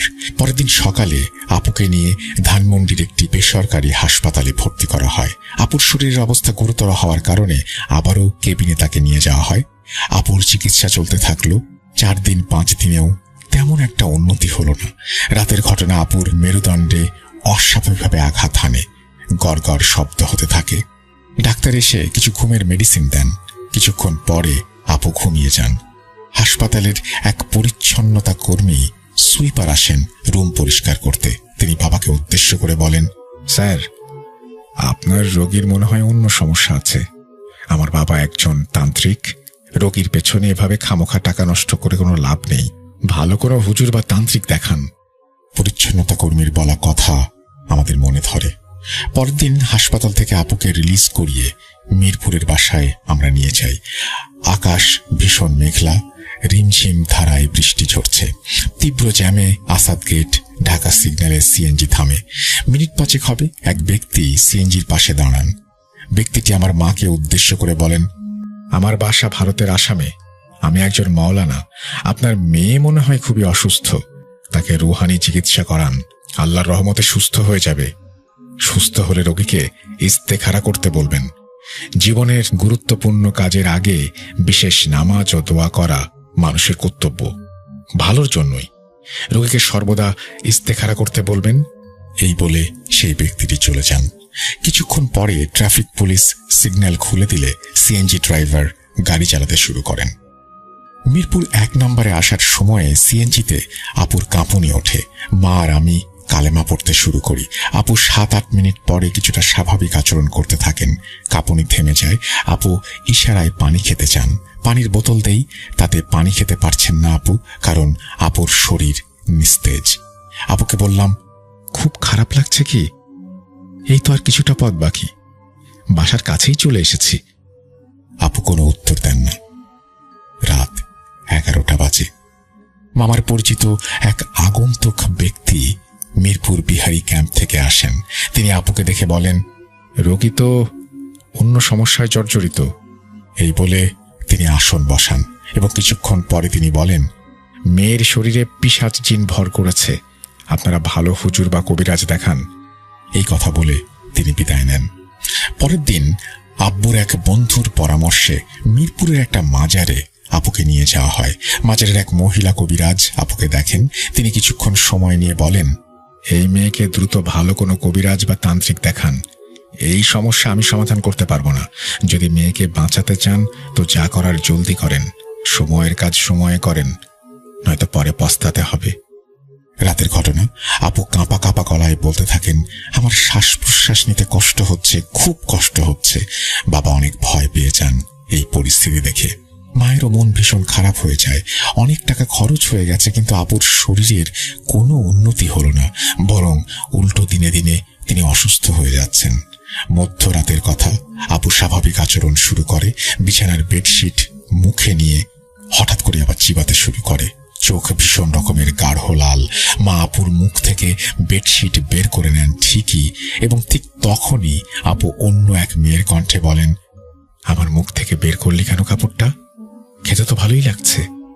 আপু ভ্রু কুঁচকে ঘরের এপাশ ওপাশ তাকাতে থাকেন। আমার বাবা জিন বা ভূতে বিশ্বাস করতেন। বাবা মাকে উদ্দেশ্য করে বললেন, ওর শরীরে জিন আছে। সারা রাত বাবা মা আমি জেগেছিলাম। এই উদ্ভট পরিস্থিতিতে দুই চোখে ঘুম ছিল না। পরের দিনের কথা। দুপুরে স্বনামধন্য কারি আব্দুল কাইয়ুম সাহেব বাসায় আসেন। তিনি বলেন, আগামীকাল রোগীকে আমার বাসায় নিয়ে আসবেন, আমি বিস্তারিত খুলে বলবো। পানি পড়া দিলাম, এই পানি পড়া তাকে 2 বেলা খাওয়াবেন। পরের দিনের ঘটনা। কারি সাহেব কোরআন তেলাওয়াত করলেন। তারপর কিছু সময় পর বললেন, বেশ কিছুদিন আগে ঢাকার লালবাগ কামরাঙ্গী চর শ্মশান ঘাট থেকে একটা জিন তার শরীরে ভর করেছে। এই জিন যখন শরীর ছেড়ে বাইরে যেতে চায় তখন সে কিছুটা সুস্থ বোধ করে, আবার যখন শরীরে প্রবেশ করে তখন ভীষণ রকমের অসুস্থ হয়ে যায়। 2টা বোতলে প্রবাহমান স্রোতধারা নদীর পানি দেন আর কালোজিরা পড়া তেল দেন। পানি দিয়ে গোসল করিয়ে দেবেন, কালোজিরা তেল গায়ে মাখিয়ে দেবেন, আর জিনটা ছেড়ে চলে গেছে। কারি সাহেবের কথা মতো নিয়মগুলো মানার মাসখানেক পরে আপু একদম সুস্থ হয়ে যান। এই বলে ইসমাইল সাহেব তার ঘটনা শেষ করেছেন। আপনাকে অসংখ্য ধন্যবাদ ইসমাইল আমাদের এই ঘটনাটি পাঠানোর জন্য। আশা করছি ভবিষ্যতে আপনার কাছ থেকে ঘটনা পাবো। আর এতক্ষণ পর্যন্ত যারা আমাদেরকে শুনছেন তাদেরকে অসংখ্য ধন্যবাদ ধৈর্য ধরে আমাদের সাথে থাকার জন্য। আমরা চলে যাব আমাদের পরবর্তী ঘটনায়। Welcome back. আপনাদের সবাইকে স্বাগত জানাচ্ছি আমি রাসেল। আশা করছি আপনারা সবাই ভালো আছেন এবং ভালোর তলে আছেন। আমিও ভালো আছি, ভালোর তলে আছি। আর সে সাথে আরো একটা ঘটনায় যেতে চাই। যেভাবে লেখা আছে আমি সেভাবেই পড়ে শোনাচ্ছি। আসসালামু আলাইকুম রাসেল ভাই, কেমন আছেন জিজ্ঞেস করলাম না, কারণ আপনি সব সময় ভালোর তলে। আমি হিমেল। কিছু ব্যক্তিগত সমস্যার কারণে এই ঘটনাটি স্টুডিওতে এসে শেয়ার করা সম্ভব নয়, তাই আপনি ঘটনাটি পড়ে শোনালে আমরা অনেক কৃতজ্ঞ থাকব। বেশি কথা না বাড়িয়ে মূল ঘটনায় যাই। আমার নাম হিমেল। আমার মূল বাড়ি বরিশালে। আমিও আমার ভাই ঢাকায় একটি বেসরকারি বিশ্ববিদ্যালয়ে অধ্যয়ন করছি। ঢাকায় পড়ালেখা করার সুবাদে আমরা বিশ্ববিদ্যালয়ের কাছাকাছি একটি বাসায় 2টি রুম ভাড়া নেই। এই বাসায় আগেই 2টি রুমে 2 জন বড় ভাই থাকতেন। আমরা আসায় বাসায় 4 রুমে 4 জন থাকতে শুরু করি। প্রথমে বাসাটির একটু বর্ণনা দিই। বাসাটি দক্ষিণ দিকে মুখ করা। বাসায় 2টি বেডরুম আছে।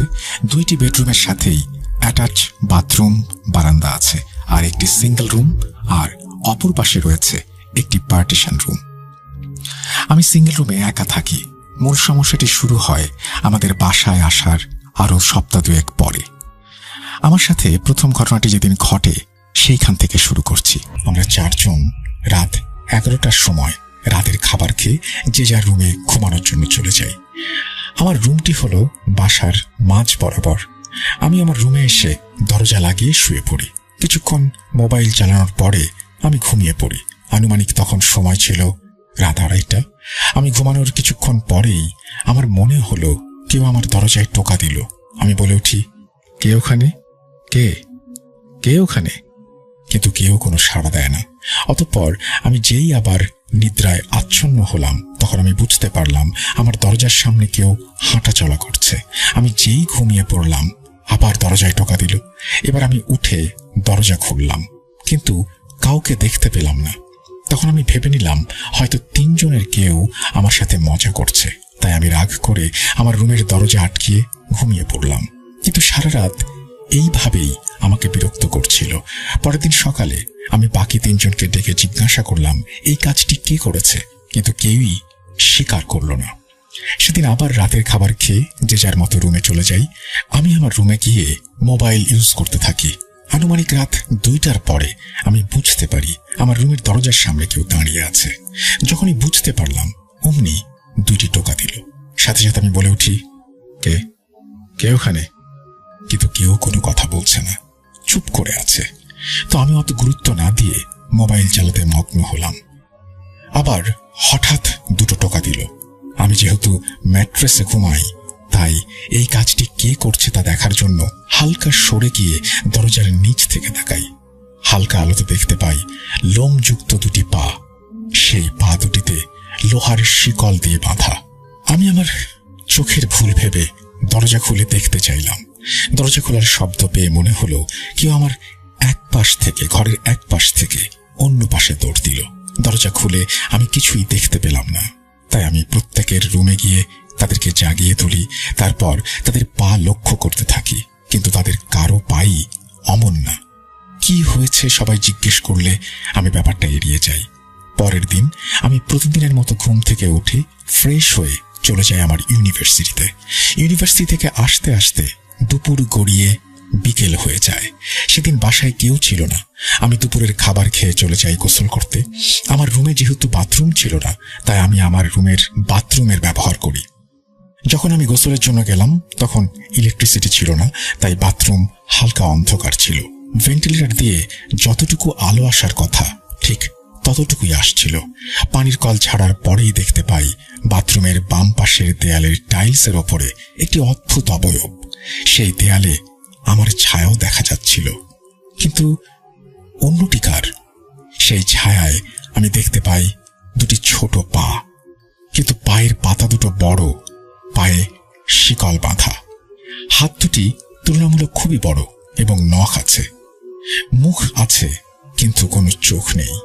আমার সামনে যেহেতু কিছু ছিল না, তাই ছায়া বরাবর হাত দিতেই অনুভব করলাম লোমযুক্ত কোনো মানুষকে আমি স্পর্শ করছি। আমি আল্লাহর নাম নিয়ে চিৎকার দিয়ে বেরিয়ে এলাম। আল্লাহর নাম নিতে থাকলাম। এত ভয় আমার আগে কখনোই লাগেনি। আমি বাসা থেকে বের হয়ে বাসার সামনে চলে আসলাম। কিছুক্ষণ পর সবাই চলে আসলো। আমি আমার ভাই এবং 2 রুমমেটকে এই বিষয়টি জানালাম। সবাই আমার ঘটনাটি জানার পরে অতটা গুরুত্ব দিল না। বলল এটা হয়তো মনের ভুল। কাউকেই বিশ্বাস করাতে পারলাম না। এমনকি আমার ভাইও আমাকে বিশ্বাস করলো না। আমার নিজেকে খুব অসহায় মনে হচ্ছিল। দুপুরে আমি যেহেতু ভয় পেয়েছিলাম, তাই সেদিন রাতে আমার রুমের দরজা খোলা রেখে শুয়ে পড়লাম ঘুমানোর জন্য। এরপরই আমার জীবনের সব থেকে ভয়ঙ্কর ঘটনাটি ঘটে। মধ্যরাতে জানি না সেদিন কিসের জন্য আমার ঘুমটা ভেঙে গেল। ঘুমের ভেতরে ডান দিক থেকে বাম দিকে চোখ ঘুরাতেই আমি দেখলাম দরজা বরাবর সেই অদ্ভুত অবয়ব। খুবই বাজে চেহারা তার। মুখ দেখে বুঝলাম প্রচুর ক্ষত। চোখ দুটো নেই। সারা শরীরে লোহার পেরেক মারা। শরীরে ও পিঠে পায়ে প্রচুর লোম। কুকুরের মতো বসে আমার দিকে একটি ভয়ঙ্কর দৃষ্টি দিয়ে আছে। কি করলি এটা? কেন করলি? এটা বলেই আমার দিকে এগিয়ে আসছিল। আমি জোরে একটা চিৎকার দিয়ে অজ্ঞান হয়ে যাই। সকালে যখন আমার জ্ঞান ফেরে তখন আমি চারিদিক থেকে আজানের ধ্বনি শুনি। পাশে তাকিয়ে দেখি আমার ভাই ও বাসার অন্য 2 বড় ভাই আমার মুখে পানির ছিটা দিচ্ছে। এরপরে আমার ভাইয়ের কাছে কি হয়েছে জানতে চাইলে তিনি আমাকে বলেন কাল রাতে হঠাৎ ঘুম ভেঙে যাওয়াতে বারান্দায় দাঁড়িয়ে তিনি সিগারেট খাচ্ছিলেন। সিগারেট খেয়ে আমি বাথরুমে যাই। বাথরুমে ঢুকে হঠাৎ মনে হলো আমার শরীরটা অনেক ভারী হয়ে গিয়েছে।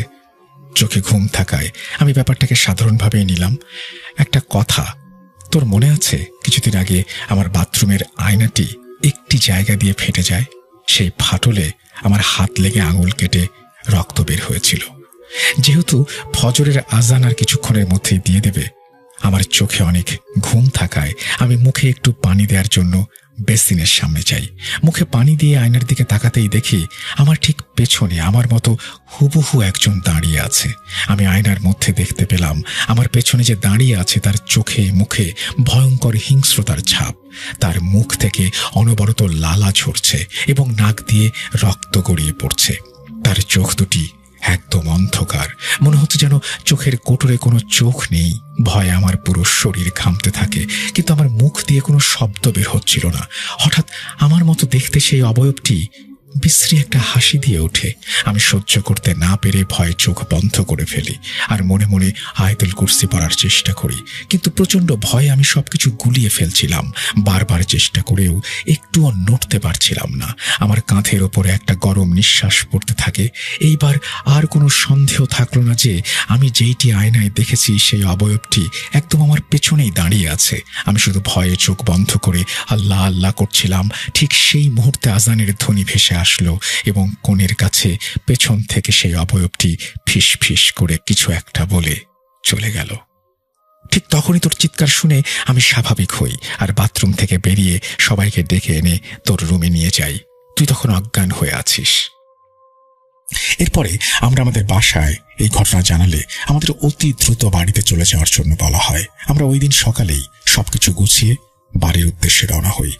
বাড়িতে যাওয়ার সময় আমাদের দুজনেরই জ্বর ছিল। পরে আমাদের এলাকার মসজিদের ইমামকে আমাদের দেখানো হয় এবং তিনি পানি পড়া দেন এবং দুজনকে তাবিজ দেন। কিছুক্ষণের মধ্যেই আমরা আল্লাহর ইচ্ছায় সম্পূর্ণ সুস্থ হয়ে যাই এবং বর্তমানে আমরা ভালো আছি। এই ঘটনা কেন আমাদের সাথে ঘটল সেই উত্তর এখনো জানতে পারিনি। কেউ এ ব্যাপারে কিছু জানলে অবশ্যই আমাদের জানাবেন। ওই বাসা ছেড়ে দিয়ে এখন আমরা নতুন বাসায় উঠেছি। এখন আর কোনো সমস্যা হচ্ছে না। ধন্যবাদ রাসেল ভাই। এই তথ্যগুলো দয়া করে শেয়ার করবেন না, এই বলে তিনি তার ঠিকানা এখানে প্রকাশ করেছেন। আমি সেটি বলছি না। আপনাকে অসংখ্য ধন্যবাদ আমাদের সাথে আপনার এই ঘটনাটি শেয়ার করার জন্য। আমরা চলে যাব আমাদের পরবর্তী ঘটনায়। আপনাদের সবাইকে স্বাগত জানাচ্ছি ভূত.com-এ। আমি রাসেল আছি সাথে, এবং এখন সময় হলো তৃতীয় অডিও ক্লিপটি শুনে আসার। চলুন কথা না বাড়িয়ে আমরা শুনে ফেলি। আসসালামু আলাইকুম রাসেল ভাই, আশা করি খুব ভালো আছেন, কেননা আপনি সবসময় ভালোর দলেই থাকেন। তো রাসেল ভাই, আমি ভূত এফএম ছোটবেলায় খুব শুনতাম। ওই সময় নানুর বাড়িতে গেলে ভূত এফএমটা শোনা হইতো, কিন্তু রিসেন্টলি আপনার ভূত এফএম বন্ধ হওয়ার পর আপনার এই ইউটিউবের ভূত এফএম শোনা হয়, ভূত.com শোনা হয়। তো আমি আজকে প্রথম আমি কোনো একটা অডিও রেকর্ড করে পাঠাচ্ছি। আশা করি আপনার ভালো লাগবে, কেননা এই ঘটনাগুলো সত্য, বাস্তব ঘটনা। এখানে কোনো নাই, মিথ্যা কোনো বানোয়াট কিছু না। তো রাসেল ভাই, আমি যে ঘটনাগুলো বলবো তার আগে আমি আমার পরিচয় দিই। রাসেল ভাই, আমি ময়মনসিংহ বিভাগের সিটি কর্পোরেশনের 11 নম্বর ওয়ার্ডের আকুয়া হাজিবাড়ি থেকে বলছি। তো রাসেল ভাই, আরেকটু বলতে চাই, আমি প্রথমে ক্ষমা চেয়ে নিই। আমি আসলে প্রথম পাঠাইতেছি, তো আসলে উচ্চারণ বা আঞ্চলিকতা আসতে পারে, এটা আপনার ক্ষমা সুন্দর দৃষ্টিতে দেখবেন, কেননা আমি আগে কখনো পাঠাই নাই, এই প্রথম আমার পাঠানো। আমার বেশ কিছু ঘটনা আছে, আমি রিসেন্ট টাইমে বেশ শুনতাছি, ভূত.com বেশ শুনতাছি, এনজয় করতেছি। আপনি বলতেছেন ঘটনার জন্য, তো ভাবলাম পাঠিয়ে দিই। তো রাসেল ভাই, ঘটনাটা হলো মূলত আমার বিক্ষিপ্ত ঘটনা রাসেল ভাই, কিন্তু ঘটনাগুলো সত্য আছে। ছোট ছোট কয়েকটা ঘটনা আছে, সেগুলো আমি রেকর্ড করছি। তো ঘটনায় আসা যাক। তো রাসেল ভাই, প্রথম ঘটনাটা যদি বলি তাহলে সেটা হলো আমার বাসায়, আমাদের বাসা ছোট বাসা, বিল্ডিং বাসা। তো বাসায় মাঝে মধ্যেই ফজরের আগে বা রাত্রেবেলা আমি পিসি দেখি, কম্পিউটার দেখি। তো মাঝে মধ্যেই দেখা যায় সিলিং থেকে, আমাদের সিলিংটা আবার বোর্ড করা, তো সিলিং থেকে দেখা যায় কেমন একটা বম ব্রাস্ট হলে যেরকম শব্দ হয়, এরকম মাঝে মধ্যেই শব্দ হয়। তো আমি ভাবলাম যে হয়তো কারেন্টের কোনো ইস্যু। তা আমি কয়েকবার উপরে দেখছি, চেক করে দেখছি কারেন্টের জন্য হচ্ছে না কিসের জন্য। তা আমি এটার আসলে কোনো হদিস পাই নাই। তো এইভাবেই শব্দ হয়, আবার মনে করেন কিছুক্ষণ বন্ধ হয়ে যায়, আবার একটু পরে শব্দ হয়। ফজরে নামাজ পড়ে আসলেও দেখি বা রাত্রেবেলাও দেখি, তো এইভাবেই চলে। তো এটার আসলে আমি কোনো পাচ্ছি না, এটা আমার কাছে অ্যাবনর্মালি মনে হয়।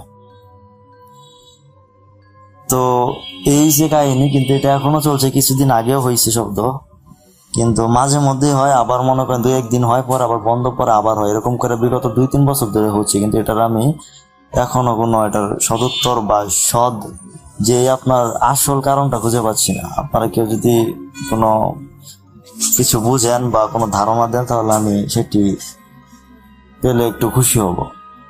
তো রাসেল ভাই, এই হলো একটা। আরেকটা ঘটনা হলো আপনার, আমার নান্নু বাড়ি আমাদের এই 11 নম্বর ওয়ার্ড থেকে সিটি কর্পোরেশন, তাদের এটাও অঞ্চলটাও আমাদের সদরেই পড়েছে। আমাদের শহর থেকে প্রায় 11 কিলোমিটার দূরে, এই 8 কিলোমিটার কি 10 কিলোমিটার হবে, দাপুনিয়া নামক জায়গা। দাপুনিয়া থেকে আরেকটু ভিতরে 6 মাইলের পরে গাগরা ইউনিয়ন 11 নম্বর সুইলা পশ্চিমপাড়া আমার নানুর বাড়ি। তো সেখানে একটি ঘটনা ঘটেছে, সেটি হলো আপনার, আমি এই যে রিসেন্ট এই 2 দিন আগে আমি গিয়েছিলাম সেখানে। আমার মামাতো ভাই আছে 2 জন, বাবু এবং তামিম, তাদের সাথে বসে রাত্রেবেলা পুকুরের পাশে মাচায় বসে আড্ডা দিচ্ছিলাম। তখন কথায় কথায় বললাম যে আমি তো ভূত FM শুনতেছি, তোমাদের কি খবর, তোমরাও কি শুনো নাকি? না ভাই, আসলে ব্যস্ততার কারণে তেমন শোনা হয় না, মাঝে মধ্যে শুনি। তখন আমি তাদেরকে বললাম, তো তোমাদের কি কোনো ঘটনা আছে, এতদিন যাবত এখানে আসো, তো কোনো কিছু চোখে পড়তে পারে? তখন আমার মামাতো ভাই, আমার বড় মামার ছেলে, আমরাত মামার ছেলে তামিম তখন আমার বললো, ভাই ঘটনা তো তেমন নাই, কিন্তু ঘটনা ছোট, কিন্তু ঘটনা সত্য, আমি নিজে দেখছি। আমি বললাম যে কি ঘটনা, বলো শুনি। তখন তামিম আমাকে বললো যে এখানে বলে রাখা বলো রাসেল ভাই, তামিমের দাদু আবার দাদা নানা ছিল আপনার কবিরাজ, বুঝছেন? তো তামিমের নানা ছিল কবিরাজ, তার নাম ছিল গাদু মৌলভী। তিনি খুব বিখ্যাত ওই পার্শ্ববর্তী গ্রাম গোপালনগরের। তো এখানে যারা আছেন তারা হয়তো বা চিনবেন, গাদু মৌলভী খুব নাম করা কবিরাজ ছিল, তার নানা ছিল গাদু মৌলভী। তো তামিম ছোটবেলায় ওইখানেই থেকে বড় হয়েছে। পরে আপনার 2-3-তে হয়তো বা 2-3 এরকমই ওই সময় পরে এখানে আমাদের নানু বাড়িতে, দাদার বাড়িতে চলে আসে, নানার বাড়িতে এসে বড় হয়েছে। তো ওখানে তার নানা মারা যাওয়ার পরে সে বেশ কিছু বাস্তব কিছু অনুধাবন করেন। যেমন আপনার ঘুমায় আছে, এটা তামিমের ভাষ্য মতে, তামিম আমার বলছিল যে ঘুমায় আছে, তো ঘুম হঠাৎ 3টার দিকে ভেঙে গেছে মধ্যরাতে। তখন বাইরে জানালা করে তাকিয়ে দেখে মেয়ের অবয়বে সাদা কি যেন দাঁড়ায় আছে, তখন তাড়াতাড়ি জানালা বন্ধ করে সে ঘুমায় যায়। আবার আপনার দেখেন বাইরে দূরে ছায়ার মতো কালো যেন কি আছে, তখন সে ছোট, কিন্তু এগুলো সে বাস্তব নিজে দেখেছে। এগুলো রাসেল ভাই কোনো বানোয়াট না, সত্য ঘটনা রাসেল ভাই। তো তারপরে সে এরকম, তারপরে তার নানা ও ছোটবেলা তার সাথে মজা করে বলতো, কিরে তুই কি কবিরাজ বিদ্যা শিখবি বা এরকম অনেক কিছু বলতো তাকে। তখন তো সে ছোট, আর তার নানার ব্যবহৃত কবিরাজি বিভিন্ন বই টই বেশ অনেক দিনই ছিল, এখনো আছে, কিন্তু এখন কই আছে তামিমের জানা নাই। তবে সেই কবিরাজের বইগুলা আছে সম্ভবত। এছাড়া তো আমি বিভিন্ন সময় বিভিন্ন কিছু, কারণ তার নানা ওই প্রেক্ষিতে ওইখানে থাকা হয়েছে, এবং তাদের ওই নানু বাড়ি এরিয়াটাও আপনার আমি গেছিলাম, ওইখানে এরিয়াটা জঙ্গল অন্ধকার একটু। আপনি যদি যান বা আপনি যদি দেখেন তাহলে আপনি বলবেন যে আসলে এটা আসলে একটু ভয়ঙ্করই লাগে। সাথে পুকুর, নারিকেল খাওয়া হয়েছে, নারিকেল গাছ, পুকুর, ডোবা, অন্ধকার জঙ্গলের মতো। আসলে ওদের বাড়িটাও পুরানা, তো এরকম একটা পরিবেশ। তো এছাড়াও তামিমের বেশ কিছু ঘটনা আছে এরকম, সে দেখছে বন্দে মাছ ধরতে গেছে, তখন যায় দেখে বন্দের মধ্যে মাছ ধরতে গেছে, এই দূরে জঙ্গলের মধ্যে যেন কেমন কিরকম শব্দ হচ্ছে এরকম ঘটনা, বা পাশের পুকুরে কি যেন ঝাঁপ দিয়া পড়ছে এরকম ঘটনা সে প্রায়ই দেখছে, কারণ গ্রামের ছেলে বুঝেন মাছ টাছ ধরে। তো এরকম দেখা হয়েছে তার। এছাড়া রাসেল ভাই ওই যে আরেকজন মামাতো ভাই আছে, তার ঘটনাটা বলি। এটা কিন্তু রাসেল ভাই বেশি দিন আগের না, এই যে কালকে আমি আসছি নানু বাড়িতে, কালকে আসি, পরশু দিন রাত্রেবেলা কারেন্ট চলে গেছিল, ওখানে বসছিলাম, তখন এই 2 ভাইয়ের সাথে কথা বলছি। তো পরে ওই ভাই যে বললো বাবু, সেও আমার বড় মামার ছেলে, আতিক মামার ছেলে বাবু, সে আমাকে বললো, আমি জিজ্ঞাসা করলাম তোমার কি ঘটনা আছে বলো, তুমি তো দেখতেই পারো জিন আছে, এটা কোরআনেও আছে, দেখতেই পারো বাবু, তুমি বলো তোমার এই পর্যন্ত তুমি কি কোনো কিছু দেখছো নাকি? ভাই দেখছি তো কিছু কিছু, কিন্তু ছোট, কিন্তু আসলে সত্যগুলা কিন্তু ছোটই হয় রাসেল ভাই, এত ভয়ানক ভাবে এত কিছু হয় না। তো বাবু আমাকে বললো যে আমি দেখছি, আমি যখন এই 5-7 বছর 8-10 বছর আগে আমাদের পুরান টয়লেট ছিল, রান্নাঘরের পিছনে এই বাঁশঝাড়ের সাথে। তো ওইখানে নাকি সে গেছে, তখন দেখে বাথরুম থেকে বের হয়ে দেখে জঙ্গলে দিয়ে কি যেন ছায়া মূর্তি এরকম লম্বা হয়ে দাঁড়ায় আছে। বা আপনার বিভিন্ন জায়গায় ওইদিকে আবার খেত ছিল, ওইখানে কিরকম শব্দ শিয়ালের মতো কিরকম ভয়ঙ্কর একটা সিচুয়েশন। পরে আবার আপনার ওই খাসি বা ওই পাঠা বলি আমরা আঞ্চলিকভাবে, সেগুলা যে গন্ধ, এরকম গন্ধ পাইছে আসা, এরকম ছোট ছোট দেখা হয়েছে। বা বাজার থেকে আসার সময় বাবু দেখছে ওই বাঁশঝাড় আপনার সামনে ঝিকা পড়তেছে। এছাড়াও মনে করেন আমাদের ওইখানে পুকুরের পাশে ওইদিকে একটা ওই জায়গাটা নিয়ে অনেকের অনেক মত আছে, ওই জায়গা দিয়ে গেলে নাকি মাছ টাছ নিয়ে গেলে, এগুলা যে ঘটনা শুনি রাসেল ভাই, এগুলো আসলে সত্য, বিভিন্ন গ্রামে হয়, আমাদের এখানে হয়েছে।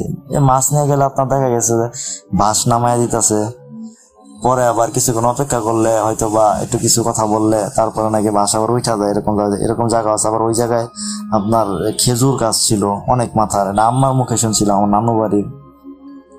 আবার ওইদিকে একটা তাল গাছ ছিল, ওইখানেও অনেক সময় অনেক কিছু হয়েছে। আবার জনমুখে কথা আছে যে আপনার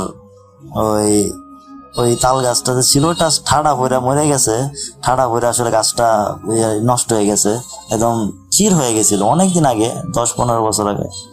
তো তখন নাকি ওই নিয়ে নাকি ল্যাংড়া শয়তান থাকতো। তো ল্যাংড়া শয়তান এটা আপনার একটা কথা আছে, যেমন ল্যাংড়া শয়তান, তখন এটা আম্মুর মুখে শুনছিলাম যে আম্মুর দাদা আমার বড় বাবা ওই জবান আলী মন্ডল, উনি আবার মন্ডল ছিলেন, বিচার আচার করতেন গায়ের, তো উনি খুব প্রভাবশালী ছিলেন। তো ওই জবান আলী মন্ডল উনি করছে কি, উনি নাকি ওই শয়তানকে বাড়ি মাইরা ঠ্যাং ল্যাংড়া করে দিয়েছে, এরকম জনমুখে আছে। সত্যটা কতটা আমি ঠিক জানি না, তবে ওই বড় বা উনি আসলে শয়তান নাকি দেখছে, এটা আমার আম্মু বলছে, আম্মুরা শুনছিল তখন, আম্মুর দাদা মানে আমার বড় বাবা। এরকম ঘটনা আছে। আর একটি ঘটনা হলো রাসেল ভাই, সেটা হলো এই মনে করেন 15 কি 17 এর মধ্যে হবে বা 18। তো আমরা সবাই শীতের ছুটিতে নানু বাড়িতে পিঠা খাইতে গেছি, সবাই ফ্যামিলি সবাই। তখন দেখা গেছে যে আম্মু নানু আন্টিরা ওই পশ্চিম পাড়া ওইখানে পিঠা ভাঙতে গেছিল বা একটা দরকারে গেছিল, রাত বাজে 11টা। সাথে আবার আমার এক মামা ছিল। আসার সময় আস্তে আস্তে মেঠো পথে আস্তে আস্তে তখন নাকি পেছন থেকে বিড়ালের একটা শব্দ, বিড়ালের ডাক। তখন দেখা যায় যে বিড়ালের ডাক শুনে নানু আম্মু বলতেছে যে কি ডাকে, আবার আমার ছোট বোনের সাথে ছিল। তখন নানু বলে যে তোমার পিছনে তাকায়ও না, কিছু একটা হইতে পারে, কারণ ওইদিকে কবরস্থান ছিল, জিনের উপদ্রব থাকতেই পারে, কবরস্থানে থাকতেই পারে। তো পিছনে আরো ওইখানে ফাঁসিও নিছিল, ওইখানে কবর টবর ছিল, ওইখানে তাল গাছ ছিল, খেজুর গাছ ছিল। তো আগে আসতেছিল, তখন ওই মামাদের সাথে গেছিল, মামা বলছে যে আফা আপনারা তো পিছনে তাকায়েন না, মামার নাম ছিল মুফাজ্জল, তাকায়েন না, সোজা আসেন। তারা নাকি সোজা আসছে, কিন্তু শব্দ শুনে বুঝছে যে এটা একটা বিড়াল। তো এইভাবে তারা আসতো, তখন তারা বললো। আবার আরেক সময় দেখা গেছে আম্মু নানু বাড়িতে 11টার দিকে মাংস টাংস বা কোনো কিছু রান্না করতেছে, যে পিছন থেকে আবার মামিও ছিল, পিছন থেকে নাকি কিরকম একটা গন্ধ আসে। এই যে আপনার বললাম বাবু দেখছিল গন্ধ পাইছিল, ওই জায়গাটা থেকে একটা গন্ধ আসে, খাসির গন্ধ বা পাঠার গন্ধে যেরকম মাংসের গন্ধ বা শরীরের গন্ধ থাকে ওইরকম গন্ধ আসতেছে। এরকম আম্মু দেখছে, শুনছে, ভয়ে পরে মামি বেরিয়ে আসে বলছে, আম্মু পরে আসে বলছে ও মাছ ভাজছিল, ওই দিন মাছ ভাজতেছিল বুঝছেন, মাছের জন্য এরকম গন্ধ, এটা হয় ওইখানে প্রায়ই শোনা যায়। তো রাসেল ভাই আম্মু পরে চলে আসছে।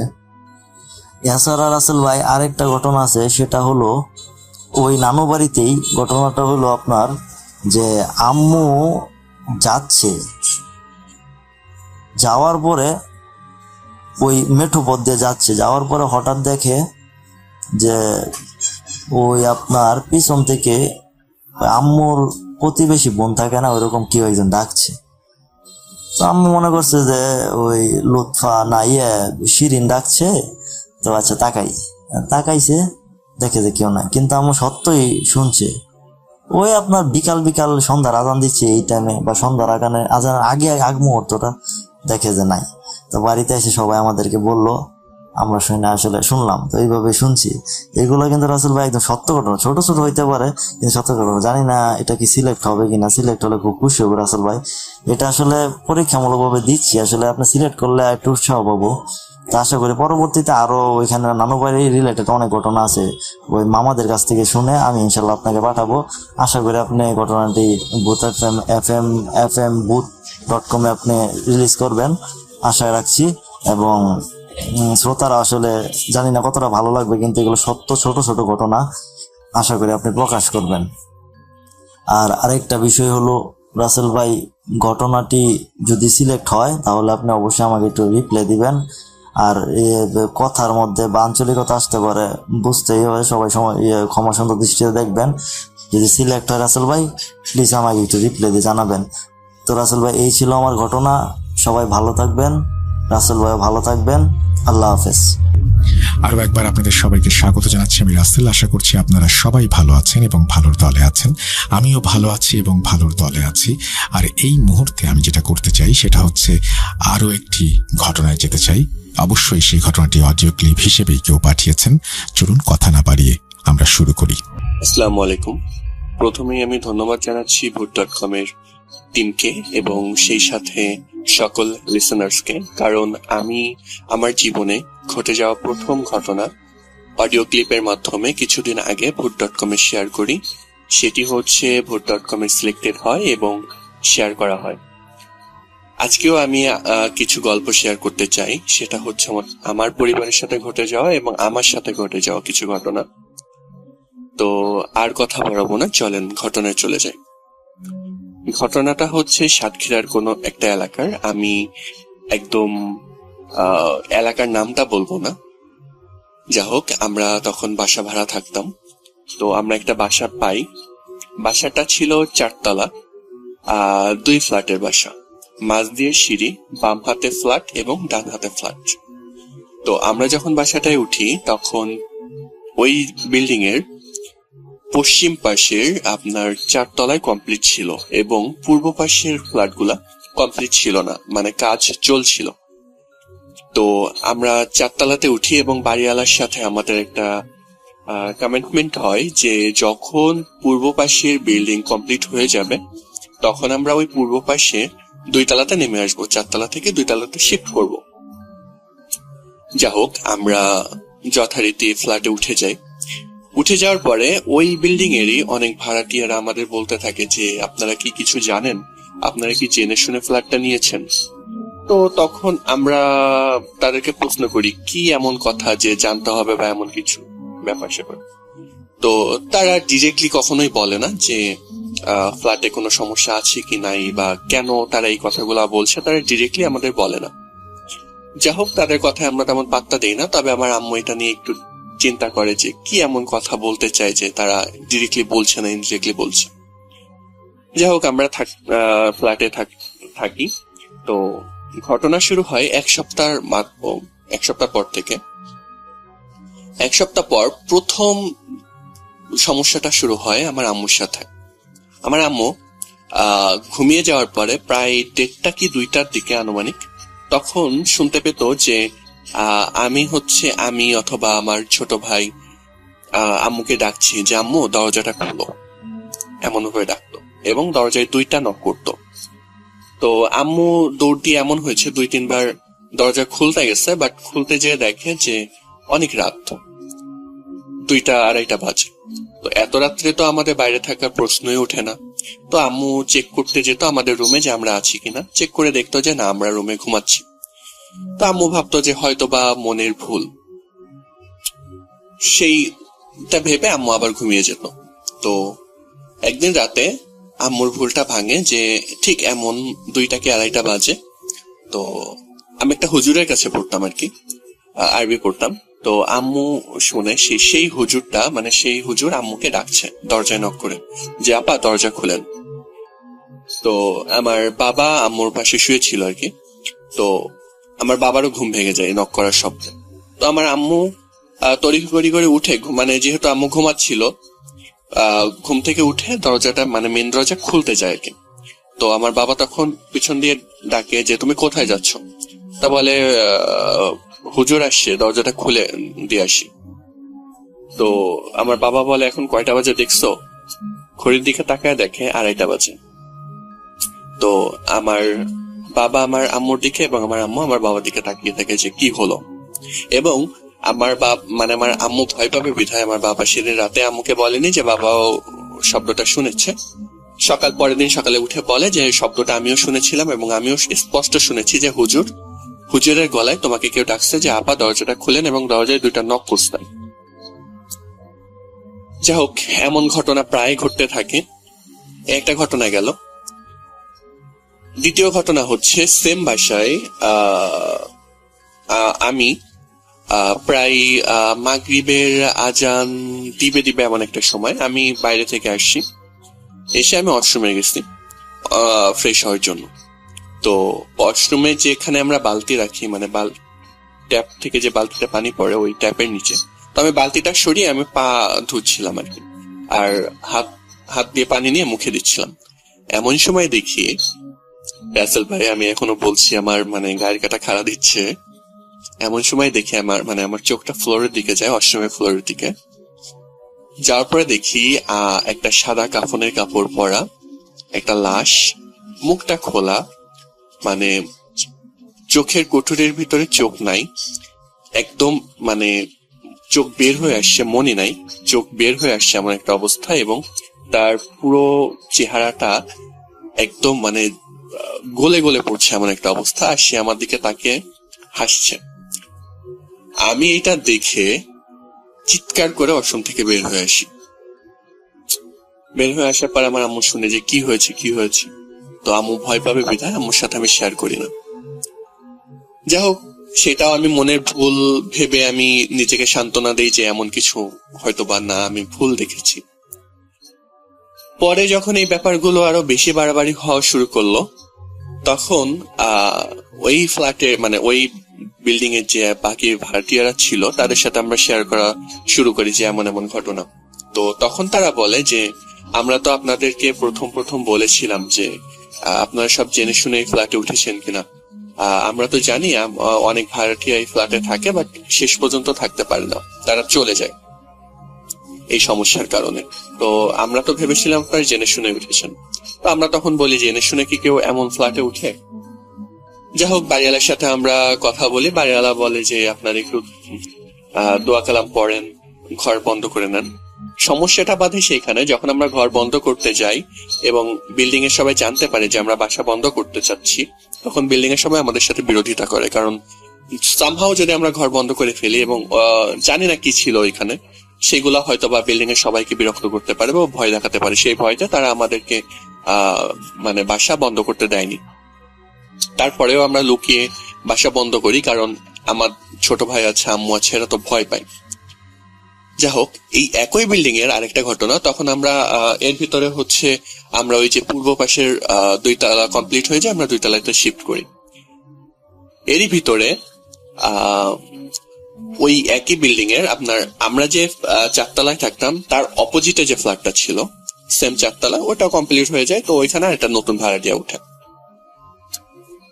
ওঠার পরে সে আন্টি হচ্ছে 2 মেয়ে নিয়ে থাকতেন এবং আন্টির হাজবেন্ড থাকতেন বিদেশে। তো তার সাথে একটা ঘটনা ঘটে, সেটা হচ্ছে একদিনকে ভোরবেলা, আন্টির 2 মেয়ে কোচিং এ যেত ভোরবেলা। তো একদিনকে ভোরবেলা বৃষ্টি হয়, ঝিরঝিরি বৃষ্টি হচ্ছে। তো আন্টির ঘুম ভেঙে গেছে। ঘুম ভেঙে গেলে দেখে আন্টি যে রুমে আছে, আন্টির রুমে, তো দেখে যে আন্টির বড় মেয়ে আয়নার সামনে রেডি হচ্ছে কোচিং এ যাওয়ার জন্য, চুল ছেড়ে দিয়ে রেডি হচ্ছে সে তার মতো করে। তো আন্টি হচ্ছে ঘুম চোখে তার দিকে বলে যে কোচিং এ যাবে, বাইরে তো বৃষ্টি হচ্ছে, তাইলে ছাতা নিয়ে যেও। তো সে আবার মাথা নেড়ে হ্যাঁ সূচক উত্তর দেয়, কথা বলে না। তো আন্টি ঘুমিয়ে যায়। ঘুমিয়ে যাওয়ার পরে আন্টির হঠাৎ করে ঘুম ভেঙে যায়। কিরে, ওরা তো চলে গেছে, আমার তো মেন দরজা লক করতে হবে, ওরা চলে গেল, আমাকে ঘুম থেকে ডাকলো না, মেন দরজা তো খোলা। এইভাবে আন্টি ঘুম থেকে লাফতে উঠে এবং মেন দরজা চেক করতে যায়। তো মেন দরজা চেক করতে যখন যায় তখন দেখে যে না, দরজা লক করা, ভিতর থেকে লক করা, বাইরে তারা কেউ যায়নি। তো আন্টি তখন ভাবে হয়তোবা বৃষ্টি হচ্ছে বাইরে, সেই জন্য ওরা পড়তে যায়নি, হয়তোবা ঘরে বসে পড়ছে। তো আন্টি মেয়েদের রুমে যায়। রুমে যাওয়ার পরে দেখে যে সেম আন্টির বড় মেয়ে আফসা আলো, রুমে লাইট নাই, আফসা আলোতে চেয়ারে বসে আছে এবং তার চুলটা পিছন দিক থেকে ঝুলছে আর কি, চুল খোলা। তো আন্টি ভাবে যে হয়তো বা যেহেতু পড়তে যায়নি হয়তো বা টেবিলে বসে পড়ছে বা এমন কিছু, আন্টি অত মাথায় অত কিছু নেয় না। আন্টি আবার মানে ঘুমাতে চলে যায়। তো আন্টি যখন শুয়ে পড়ে তখন আন্টির চোখটা যায় আন্টির মানে রুমে যে ওয়াল ঘড়িটা ছিল ওইটার দিকে। তো আন্টি তখন দেখে 2:30 বাজে। তো আন্টি তখন মানে লাফ দিয়ে আবার উঠে বসে, কি ব্যাপার এখন 2:30 বাজে, আমার বড় মেয়ে হচ্ছে কোচিং এ যাওয়ার জন্য রেডি হলো বাট কোচিং এ গেল না, আবার চেয়ারে বসে আছে, কি সমস্যা?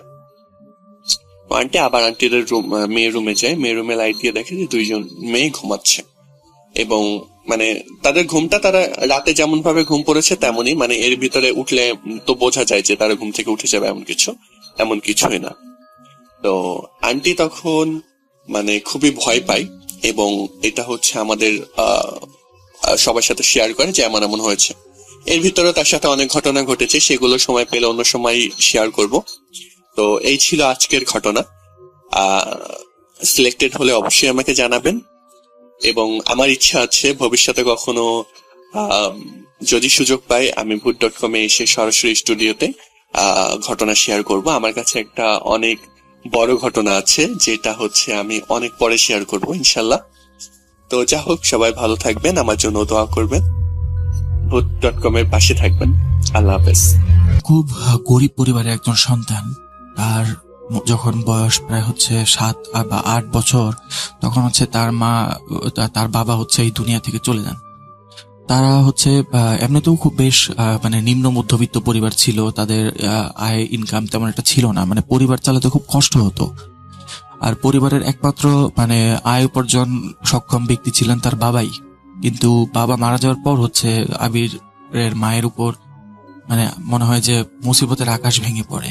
উনি চিন্তা করতে থাকেন যে আমার তো একটাই ছেলে, আমার তো সেরকম টাকা পয়সা নাই, আমি কিভাবে ছেলেকে মানুষ করব।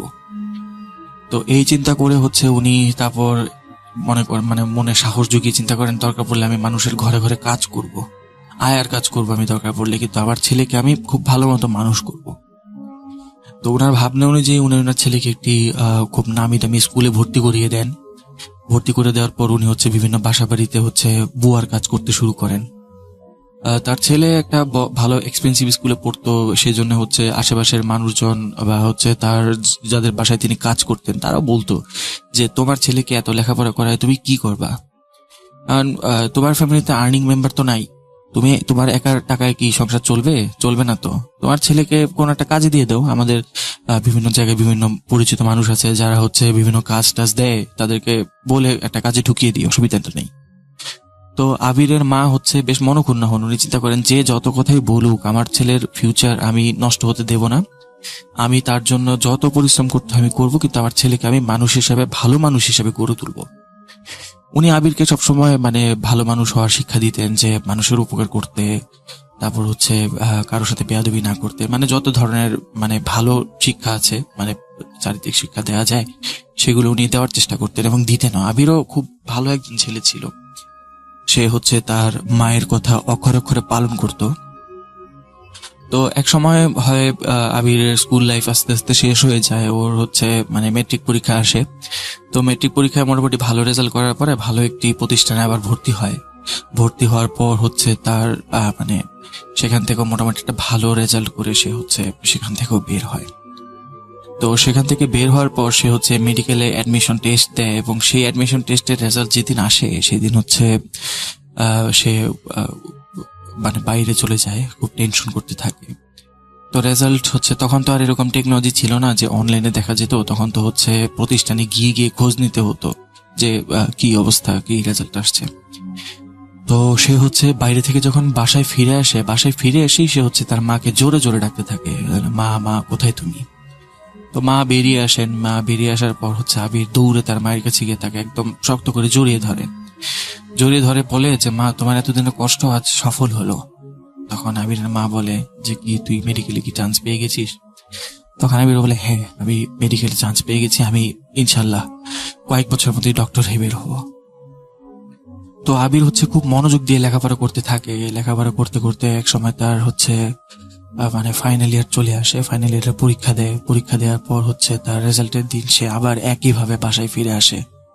ফিরে এসে তার মাকে জড়িয়ে ধরে বলে যে মা, আমি আজকে ডাক্তার হয়ে গেছি। তো তার মা হচ্ছে আবিরের এই কথা শুনে বেশ খুশি হন। উনি চিন্তা করেন যে আমার যত কষ্ট আমি এতদিন করছি সবকিছু হচ্ছে মানে সফল হয়ে গেল, আমার ছেলে ডাক্তার হয়ে গেল। এখন তো আমার কোনো চিন্তা নেই আর, আমার ছেলেই সবকিছু করতে পারবে, এখন আমার সব কষ্ট শেষ। তখন আবির বলল যে মা, আমি শুধু ডাক্তারই হইনি, আমি এক জায়গায় চাকরিও পেয়ে গিয়েছি। আমার হচ্ছে বেতন হচ্ছে মোটামুটি 12-13 হাজার টাকা। তো তখনকার দিনে তো 12-13 হাজার টাকা আপনারা বুঝতেই পারছেন, অনেক টাকা ছিল, অনেক টাকা। যেখানে হচ্ছে আবিরের মা মানে বাসায় বাসায় কাজ করে, বিভিন্ন বাসায় কাজ করে 1000 টাকার উপরে পর্যন্ত উঠতে পারতেন না, সেখানে 12,000 টাকার কথা শুনে ওনার তো চোখ একদম কপালে উঠে যায় যে এতগুলো টাকা। মানে তখন 12,000 টাকা প্রায় আজকের দিনের প্রায় লাখ টাকার সমান ছিল। আর ডাক্তারদের দাম তো তখন ছিল অনেক বেশি, কারণ তখন তো সেরকম খুব একটা মানুষ ডাক্তার হয়ে বেরোতে পারতো না, অনেক টাফ ছিল তখন।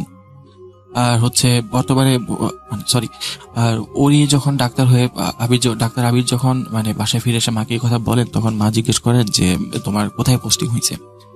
তখন আবির বলেন যে আমার হচ্ছে মানে মর্গে পোস্টিং আছে, আমি হচ্ছে অটোপসি করবো রাতের বেলা। এই কথা শুনে হচ্ছে আবিরের মা বেশ চিন্তায় পড়ে যান। উনি আবিরকে বলেন যে অটোপসি মানে এটা কি? তখন উনি বলেন যে আমি হচ্ছে মৃত মানুষের পোস্টমর্টম করব, মানে কেটে কেটে দেখবো যে তাদের মৃত্যুর কারণ কি বা কি সমস্যা ছিল, এগুলো আর কি। তো আবিরের মা হচ্ছে আবিরকে বলেন কিছু একটা বলতে যাবেন, তখন আবির বলেন যে মা, বাকি কথা পরে বলি, আগে হচ্ছে খাবার দাও, ক্ষুধা লাগছে, খায় আসি। তো রাতের বেলা খাবার খেতে খেতে আবিরের মা কিছু তাকে বলার চেষ্টা করলেন, কিন্তু আবির হচ্ছে খুব একটা কর্ণপাত করেন না। কর্ণপাত না করে উনি বলেন যে মা, তুমি এত চিন্তা করো না, কত মানুষই তো চাকরি করছে, আর এতগুলো টাকা আমি মানে সারা জীবন তুমি কষ্ট করে আসছো, আমি এখন আর তোমাকে কষ্ট করতে দিব না, তাই হচ্ছে আমি চাকরিতে রাজি হয়েছি। তো আবির নিজের ভাবনা মতো হচ্ছে কাজ করতে শুরু করে। মাকে বলে যে মা, আগামীকালকে হচ্ছে আমার নাইট শিফট, আমার হচ্ছে রাত 10টার মধ্যে বের হতে হবে, আমি হচ্ছে এখন গিয়ে খাবো, এখন খেয়ে দিয়ে এখন গিয়ে হচ্ছে ঘুমাবো, ঘুমানোর পর হচ্ছে সকালবেলা উঠে একটু প্র্যাকটিস করে তারপর যাবো আস্তে ধীরে। তো পরদিন সকালে আবির ঘুম থেকে ওঠার পর হচ্ছে মানে খাওয়া দাওয়া করে প্র্যাকটিস করতে থাকে আস্তে ধীরে। তো হচ্ছে যখন রাতের 8-9টা বাজে, তখন হচ্ছে ও বলে যে ওর মাকে বলে যে মা, আমি একটু ঘুমালাম, যেহেতু রাত জাগতে হবে, তুমি আমাকে 10টার আগে একটু ডাক দিয়ে দিও। তো রাত যখন প্রায় 9টা 9:30টার মতো বাজে, তখন হচ্ছে আবিরের মা তাকে ডাক দেওয়ার পর আবির বলে যে ঠিক আছে, আমি রেডি হচ্ছি, আচ্ছা হসপিটালের গাড়ি কি চলে আসছে? তখন এরকম নিয়ম ছিল যে হসপিটালের গাড়ি এসে মানে হসপিটালের স্টাফদেরকে নিয়ে যেত, বিশেষ করে যারা হচ্ছে অফিসের টাইপের লোকজন ছিল, ডাক্তার টাইপের লোকজন, তাদেরকে নিয়ে যেত। তো আবিরের মা বলে যে না, কোনো ডাক্তার তো এখনো আসে নাই, মানে কোনো গাড়ি তো এখনো আসে নাই, গাড়ি আসলে আমি তোমাকে বলছি। তো সেই তখন বলে যে গাড়ি আসেনি মানে, আমার তো আজকে আমার বস বলে দিছিল যে হচ্ছে আমার দেরি করলে চলবে না, আজকে আমার সময় মতো যেতে হবে। তো সে হচ্ছে তাড়াহুড়ো করে উঠে হচ্ছে ফ্রেশ ট্রেশ হয়ে খাওয়া দাওয়া করে সে রেডি হয়, কিন্তু গাড়ি আসে না। সেদিন আবার প্রচন্ড বৃষ্টি পড়ছিল। সে হচ্ছে ছাতা নিয়ে কোনো রকমে এগোতে থাকে হসপিটালের উদ্দেশ্যে, হেঁটেই যাচ্ছিল, কারণ বৃষ্টির জন্য রাতে তেমন কোনো মানে গাড়ি ঘোড়াও পাওয়া যাচ্ছিল না যে সে যার মাধ্যমে হসপিটালে দ্রুত পৌঁছাতে পারে। তো সে হচ্ছে হেঁটেই যাচ্ছিল। তো যাওয়ার এক পর্যায়ে সে খেয়াল করতে পারে যে মনে হচ্ছে যে তার পেছন হয়তোবা কেউ আসছে। সেই চিন্তা করে যে কি ব্যাপার, পেছন কে আসছে, সে মানে বেশ ভয় পায় এবং মনে মনে হচ্ছে নিজের ভাগ্যকে দোষারোপ করতে থাকে। সে মানে চিন্তা করতে থাকে, ধুরু, কিসের একটা কপাল আমার, এত খারাপ কপাল, এত কষ্ট করে ডাক্তারি পড়লাম, পরে হচ্ছে এই ছাতার জায়গায় পোস্টিং পেলাম, তা আবার এরকম একটা জায়গায়, কারণ বৃষ্টিও পড়ছে, প্রথম দিনই অবস্থা, বস বলে দিচ্ছিল লেট যেতে না হয়, এখন যদি লেট করে পৌঁছায় তাহলে আমার চাকরিই থাকবে না, কি একটা কপাল আমার। এগুলো বলে সে হচ্ছে মানে সামনের দিকে এগোচ্ছিল। পরে বারবার পেছনের দিকে ফিরে তাকাচ্ছিল, মনে হচ্ছে যে কারো ফুট স্টেপ সে শুনতে পাচ্ছে। তো পেছন ফিরে যখন তাকায় তখন আর কাউকে দেখতে পায় না। তো এরকম চলতে সে মানে প্রায় আধা ঘন্টা 1 ঘন্টা পর হসপিটালে পৌঁছানোর পর যখন সে হসপিটালে গেট দিয়ে যাচ্ছে, তখন হচ্ছে দারোয়ান তাকে ডাক দেয়, যে বলে যে আরে ভাই, কোথায় যাচ্ছেন এত রাতে? এখন রাতের বাজে হচ্ছে আপনার 11:30, আপনি এখন কই যাচ্ছেন এখানে? তখন বলেছে কই যাচ্ছি মানে, আমি হচ্ছে এখানে নতুন ডাক্তার আবির, আমি মানে মর্গের ইনচার্জ। তখন হচ্ছে ওয়াচম্যান বলে যে সরি স্যার, আসলে বুঝতে পারেনি, হ্যাঁ বড় স্যার ভিতরে আছেন, উনি তো আপনার কথা বলেছিলেন, তো আপনি যে আজকে আসবেন এই বৃষ্টির মধ্যে, আমরা আসলে মানে ভাবি নাই, এই জন্য আর কি আপনাকে চিনতে পারিনি, সরি। তো আবির বললো যে আচ্ছা ঠিক আছে আমি যাচ্ছি ভিতরে। তো এই কথা বলে সে হচ্ছে ভেতরে চলে যায় আইডি কার্ডটা শো করে। তো ভেতরে যাওয়ার পর হচ্ছে সে মানে আগের দিনই যেহেতু অফিসের সাথে কথা বলে গিয়েছিল, তাই অফিসার নিহার আর কি ছিল তখন ডাক্তার, উনি মর্গের মেইন চার্জে ছিলেন আর কি, অটোপসি চার্জ। তো উনি ওনার সাথে মর্গের রুমটা চিনে গিয়েছিলেন। তো উনি ভেতরে গিয়ে দেখেন মর্গের দরজাটা ওপেন, মানে অটোপসি রুমের দরজাটা ওপেন করতে আবির বেশ আটকে ওঠে। সে একটা চিৎকার দিয়ে দেয়। তখন ডাক্তার নিহার তার দিকে ঘুরে বলে যে কি ব্যাপার, ডাক্তারি কি পাশ করছে এরকম চিৎকার চেঁচামেচি করার জন্য? লাশ কি জীবনে দেখো নাই? তখন বলে যে স্যার লাশ তো দেখছি, কিন্তু এরকম লাশ তো আগে কখনো দেখি নাই। তো ডাক্তার বলে যে লাশ, এটা কি সমস্যা কোথায়? এর থেকেও কত খারাপ লাশ ভেতরে পড়ে আছে, দেখতে হবে। তো আবির যে লাশ দেখেছিল সেটা বর্ণনা ছিল এরকম যে হচ্ছে কেউ একজন তাকে মানে বহুতবার ছুরিকাঘাত করে বুকের মধ্যে, পেটের মধ্যে। এরপর হচ্ছে ওর মানে মাথার মধ্যে হচ্ছে পাথর দিয়ে মানে বাড়ি দিয়ে হচ্ছে, মানে পাথর নিক্ষেপ করে বা বড় একটা পাথর দিয়ে বাড়ি দিয়ে ওর মাথাটা হচ্ছে থেতলে দেয়। ওর চোখগুলো বের হয়ে রয়েছিল, ওর ব্রেনটা হচ্ছে মাথার এক পাশে ঝুলে ছিল, আর হচ্ছে ওর চাপা ভাঙা ছিল। তো ডাক্তার নিহার বলেন যে তুমি এখন এটা লাশটাকে ভালো মতো দেখো, এটার অটোপসি তুমিই করবা, আমি হচ্ছে আমার শিফট শেষ, আমি হচ্ছে আমার কেবিনে গিয়ে বসছি। তখন আবির বলে যে স্যার আপনি এখানে থাকলে ভালো হতো না? আমার প্রথম দিন, আমার এমনিতে কেমন যেন লাগছে লাশটা দেখে, আপনি যদি থাকতেন তাহলে বেটার হতো। তখন নিহার বলে যে আরে এখানে থাকতে হবে না, আমাদেরও শুরুতে এরকম লাগছে, কিন্তু কিছু করার নেই, আমি কেবিনেই আছি, তুমি তোমার এই অটোপসিটা শেষ করে আসো, আমরা একসাথে চা বা কফি খাবো। তো আবির হচ্ছে তার অটোপসি শুরু করে। ডাক্তার নিহার চলে যান। অটোপসি করতে করতে এক পর্যায়ে আবির খেয়াল করে যে হচ্ছে মানে তার হচ্ছে লাশের বুক কাটতে হবে। তো বুক কাটার পর সে দেখে যে বুক থেকে জমাট বাঁধা কালো রক্ত একদম ফিনকি দিয়ে বেরিয়ে তার মানে গায়ের মধ্যে লেগে যায়। তো সে সেগুলো পরিষ্কার করতে যায়। সেগুলো পরিষ্কার করে সে যখন নিজের ফেসে পানি দেয়, মানে আয়না দেখছিল, তখন সে খেয়াল করে হুট করে সে দেখতে পায় যে তার পেছনে যে লাশটা ছিল সেই লাশটা উঠে বসে আছে। এটা দেখে তো সে প্রচন্ড ভয় পেছন দিকে ফিরে তাকায়, কিন্তু পেছন ফিরে দেখে যে না, সবকিছু ঠিকই আছে। তো সে আবার অটোপসি করতে যায়। অটোপসি করতে করতে এক সময় সে মানে ফিল করে যে পাশে যে মানে মানে লাশ কাটা ঘর আছে, ওটা সেখানে হচ্ছে মানে মুর্দা ঘর যেটাকে বলে, সেই মুর্দা ঘরের ভেতর থেকে কেমন যেন মানে গম গম শব্দ আসছে, মনে হচ্ছে যে কোনো একটা হিংস্র পশু কারো হাড্ডি বা মাংস চিবিয়ে চিবিয়ে খাচ্ছে, এরকম একটা সাউন্ড আসছে। তো সে যখন মানে সেই মুর্দা ঘরটা ওপেন করার পর দেখে যে সেখানে মানে অসংখ্য মানে মৃতদেহ দাঁড়ানো অবস্থায় আছে, এবং এক একজনের হাত বা পা থেকে বা মাথা থেকে মাংস খুলে খুলে খাচ্ছে। আর মানে এত বিচ্ছির একটা শব্দ হচ্ছে, আর তারা আবিরকে দেখে মানে এত বিচ্ছির একটা হাসি দেয় যে আবির প্রচন্ড জোরে চিৎকার দেয়। চিৎকার দিয়ে হচ্ছে সে মানে মাটিতে পড়ে যায়। পড়ে গিয়ে হচ্ছে পেছন যেতে যেতে সে হচ্ছে মানে অটোপসি রুম থেকে বের হওয়ার জন্য দরজার কাছে চলে যায়। দরজার কাছে এসে দেখে যে দরজাটা বাইরে থেকে লক। সে আর দরজা কিছুতেই খুলতে পারছে না। তো সে মানে চিৎকার চেঁচামেচি করতে করতে কানের মধ্যে হাত দিয়ে চোখ বন্ধ করে এক কোনায় গিয়ে বসে থাকে, এবং দেখতে মানে চোখ খুলে দেখতে পায় যে সেই মানে মৃতদেহগুলো যেগুলো আর কি মানে মুর্দা ঘরে ছিল, লাশ কাটা ঘরে ছিল, সেখানে হচ্ছে সেই দিক থেকে হচ্ছে তার দিকে এগিয়ে আসছে। সে এটা দেখে হচ্ছে প্রচন্ড ভয় পায়। তো ভয় চোখ বন্ধ করে বসে থাকে। কিছুক্ষণ পর সে খেয়াল করে যে আশেপাশে কোনো সাউন্ড আর হচ্ছে না। তারপর সে চোখ খুলে দেখে যে না, সবকিছু ঠিকই আছে, এবং হচ্ছে যেই মানে মৃতদেহটা পড়েছিল সেটাও সেই জায়গা মতোই আছে। তো সে হচ্ছে নিজেকে কিছুটা নর্মাল করে হচ্ছে চোখে মুখে পানি দেয়, ভাবে যে হয়তো ভুল দেখলাম। এরকম করে হচ্ছে আবার লাশ কাটতে শুরু করে। তো লাশ কাটতে শুরু হওয়ার কিছুক্ষণ পর সে আবার একই জিনিস ফিল করে যে ওই লাশটা তার গলা চিপে ধরে, এরকম মনে হলো তার কাছে। সে দেখতে পাচ্ছে যে লাশটা তার গলা চিপে ধরে আছে, আর হচ্ছে সে তার মানে ভাঙা মুখ থেকেই চোয়াল থেকে একটা ধরনের হাসি দিচ্ছে, আর হচ্ছে নিজের হাত থেকে মাংস খুলে নিজের মুখে দিয়ে চাবানো শুরু করলো।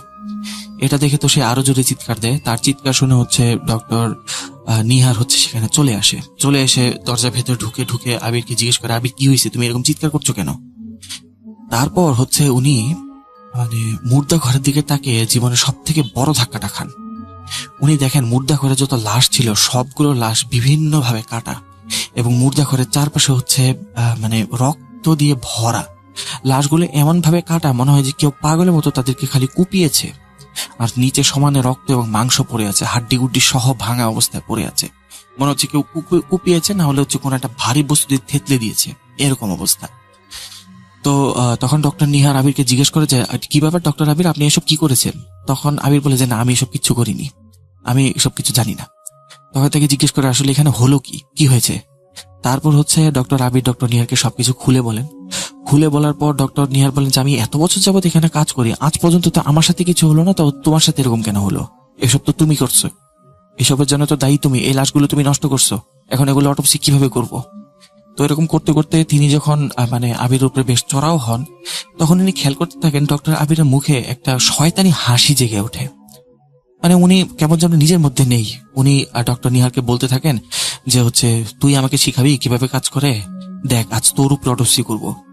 এই কথা বলে সজোরে নিহারকে ধরে মানে স্ট্রেচারে শুইয়ে দেন, শুইয়ে দিয়ে হচ্ছে ওনার বুকে স্ক্যালপেল দিয়ে হচ্ছে জোরে একটা ফ্যাস দেন।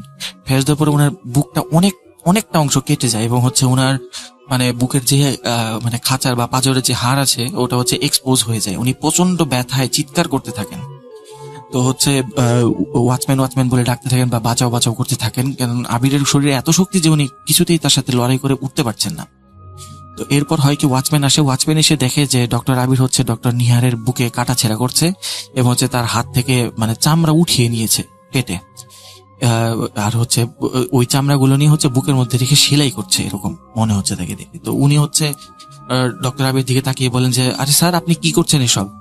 আর যখন এসব বলে চিৎকার দেয় তখন হচ্ছে মানে ডক্টর নিহার আবিরকে খুব সজোরে ধাক্কা দিয়ে ফেলে দিয়ে হচ্ছে স্ট্রেচার থেকে উঠে দৌড়ে হচ্ছে মানে ভেতরে চলে যান। আর ভেতরে যেতে যেতে হচ্ছে অজ্ঞান হয়ে পড়ে যান, কারণ ওনার প্রচুর ব্লাড লস হয়। তো ওয়াচম্যান তখন হচ্ছে দোয়া দৌড় পড়তে থাকে, দোয়া দৌড় পরে যেই হচ্ছে ডক্টর আবিরের দিকে ফু দেয়, তখন সে দেখতে পায় যে ডক্টর আবির নিজ হাতে স্ক্যালপেল দিয়ে তার পুরো গলায় একটা জোর সজোরে ফ্যাস দিলে এবং সেখানেই সে মৃত্যুবরণ করে। তো হচ্ছে এরপর ওয়াচম্যান হচ্ছে ডক্টর নিহারকে ধরে ধরে খুব কষ্ট করে হচ্ছে মানে অন্য ডাক্তারদেরকে ইনফর্ম করে মানে একটা ওটি রুমে নিয়ে যায়। ওটি রুমে নিয়ে যাওয়ার পর তার প্রায় 6-7 ঘন্টা তার অপারেশন চলে। তার হাড্ডি সহ হচ্ছে ভেঙে গিয়েছিল, মানে মনে হচ্ছিল যে ডক্টর আবির তার উপরে হয়তো বা মানে ভারী কোনো বস্তু দিয়ে সজোরে আঘাত করেছে।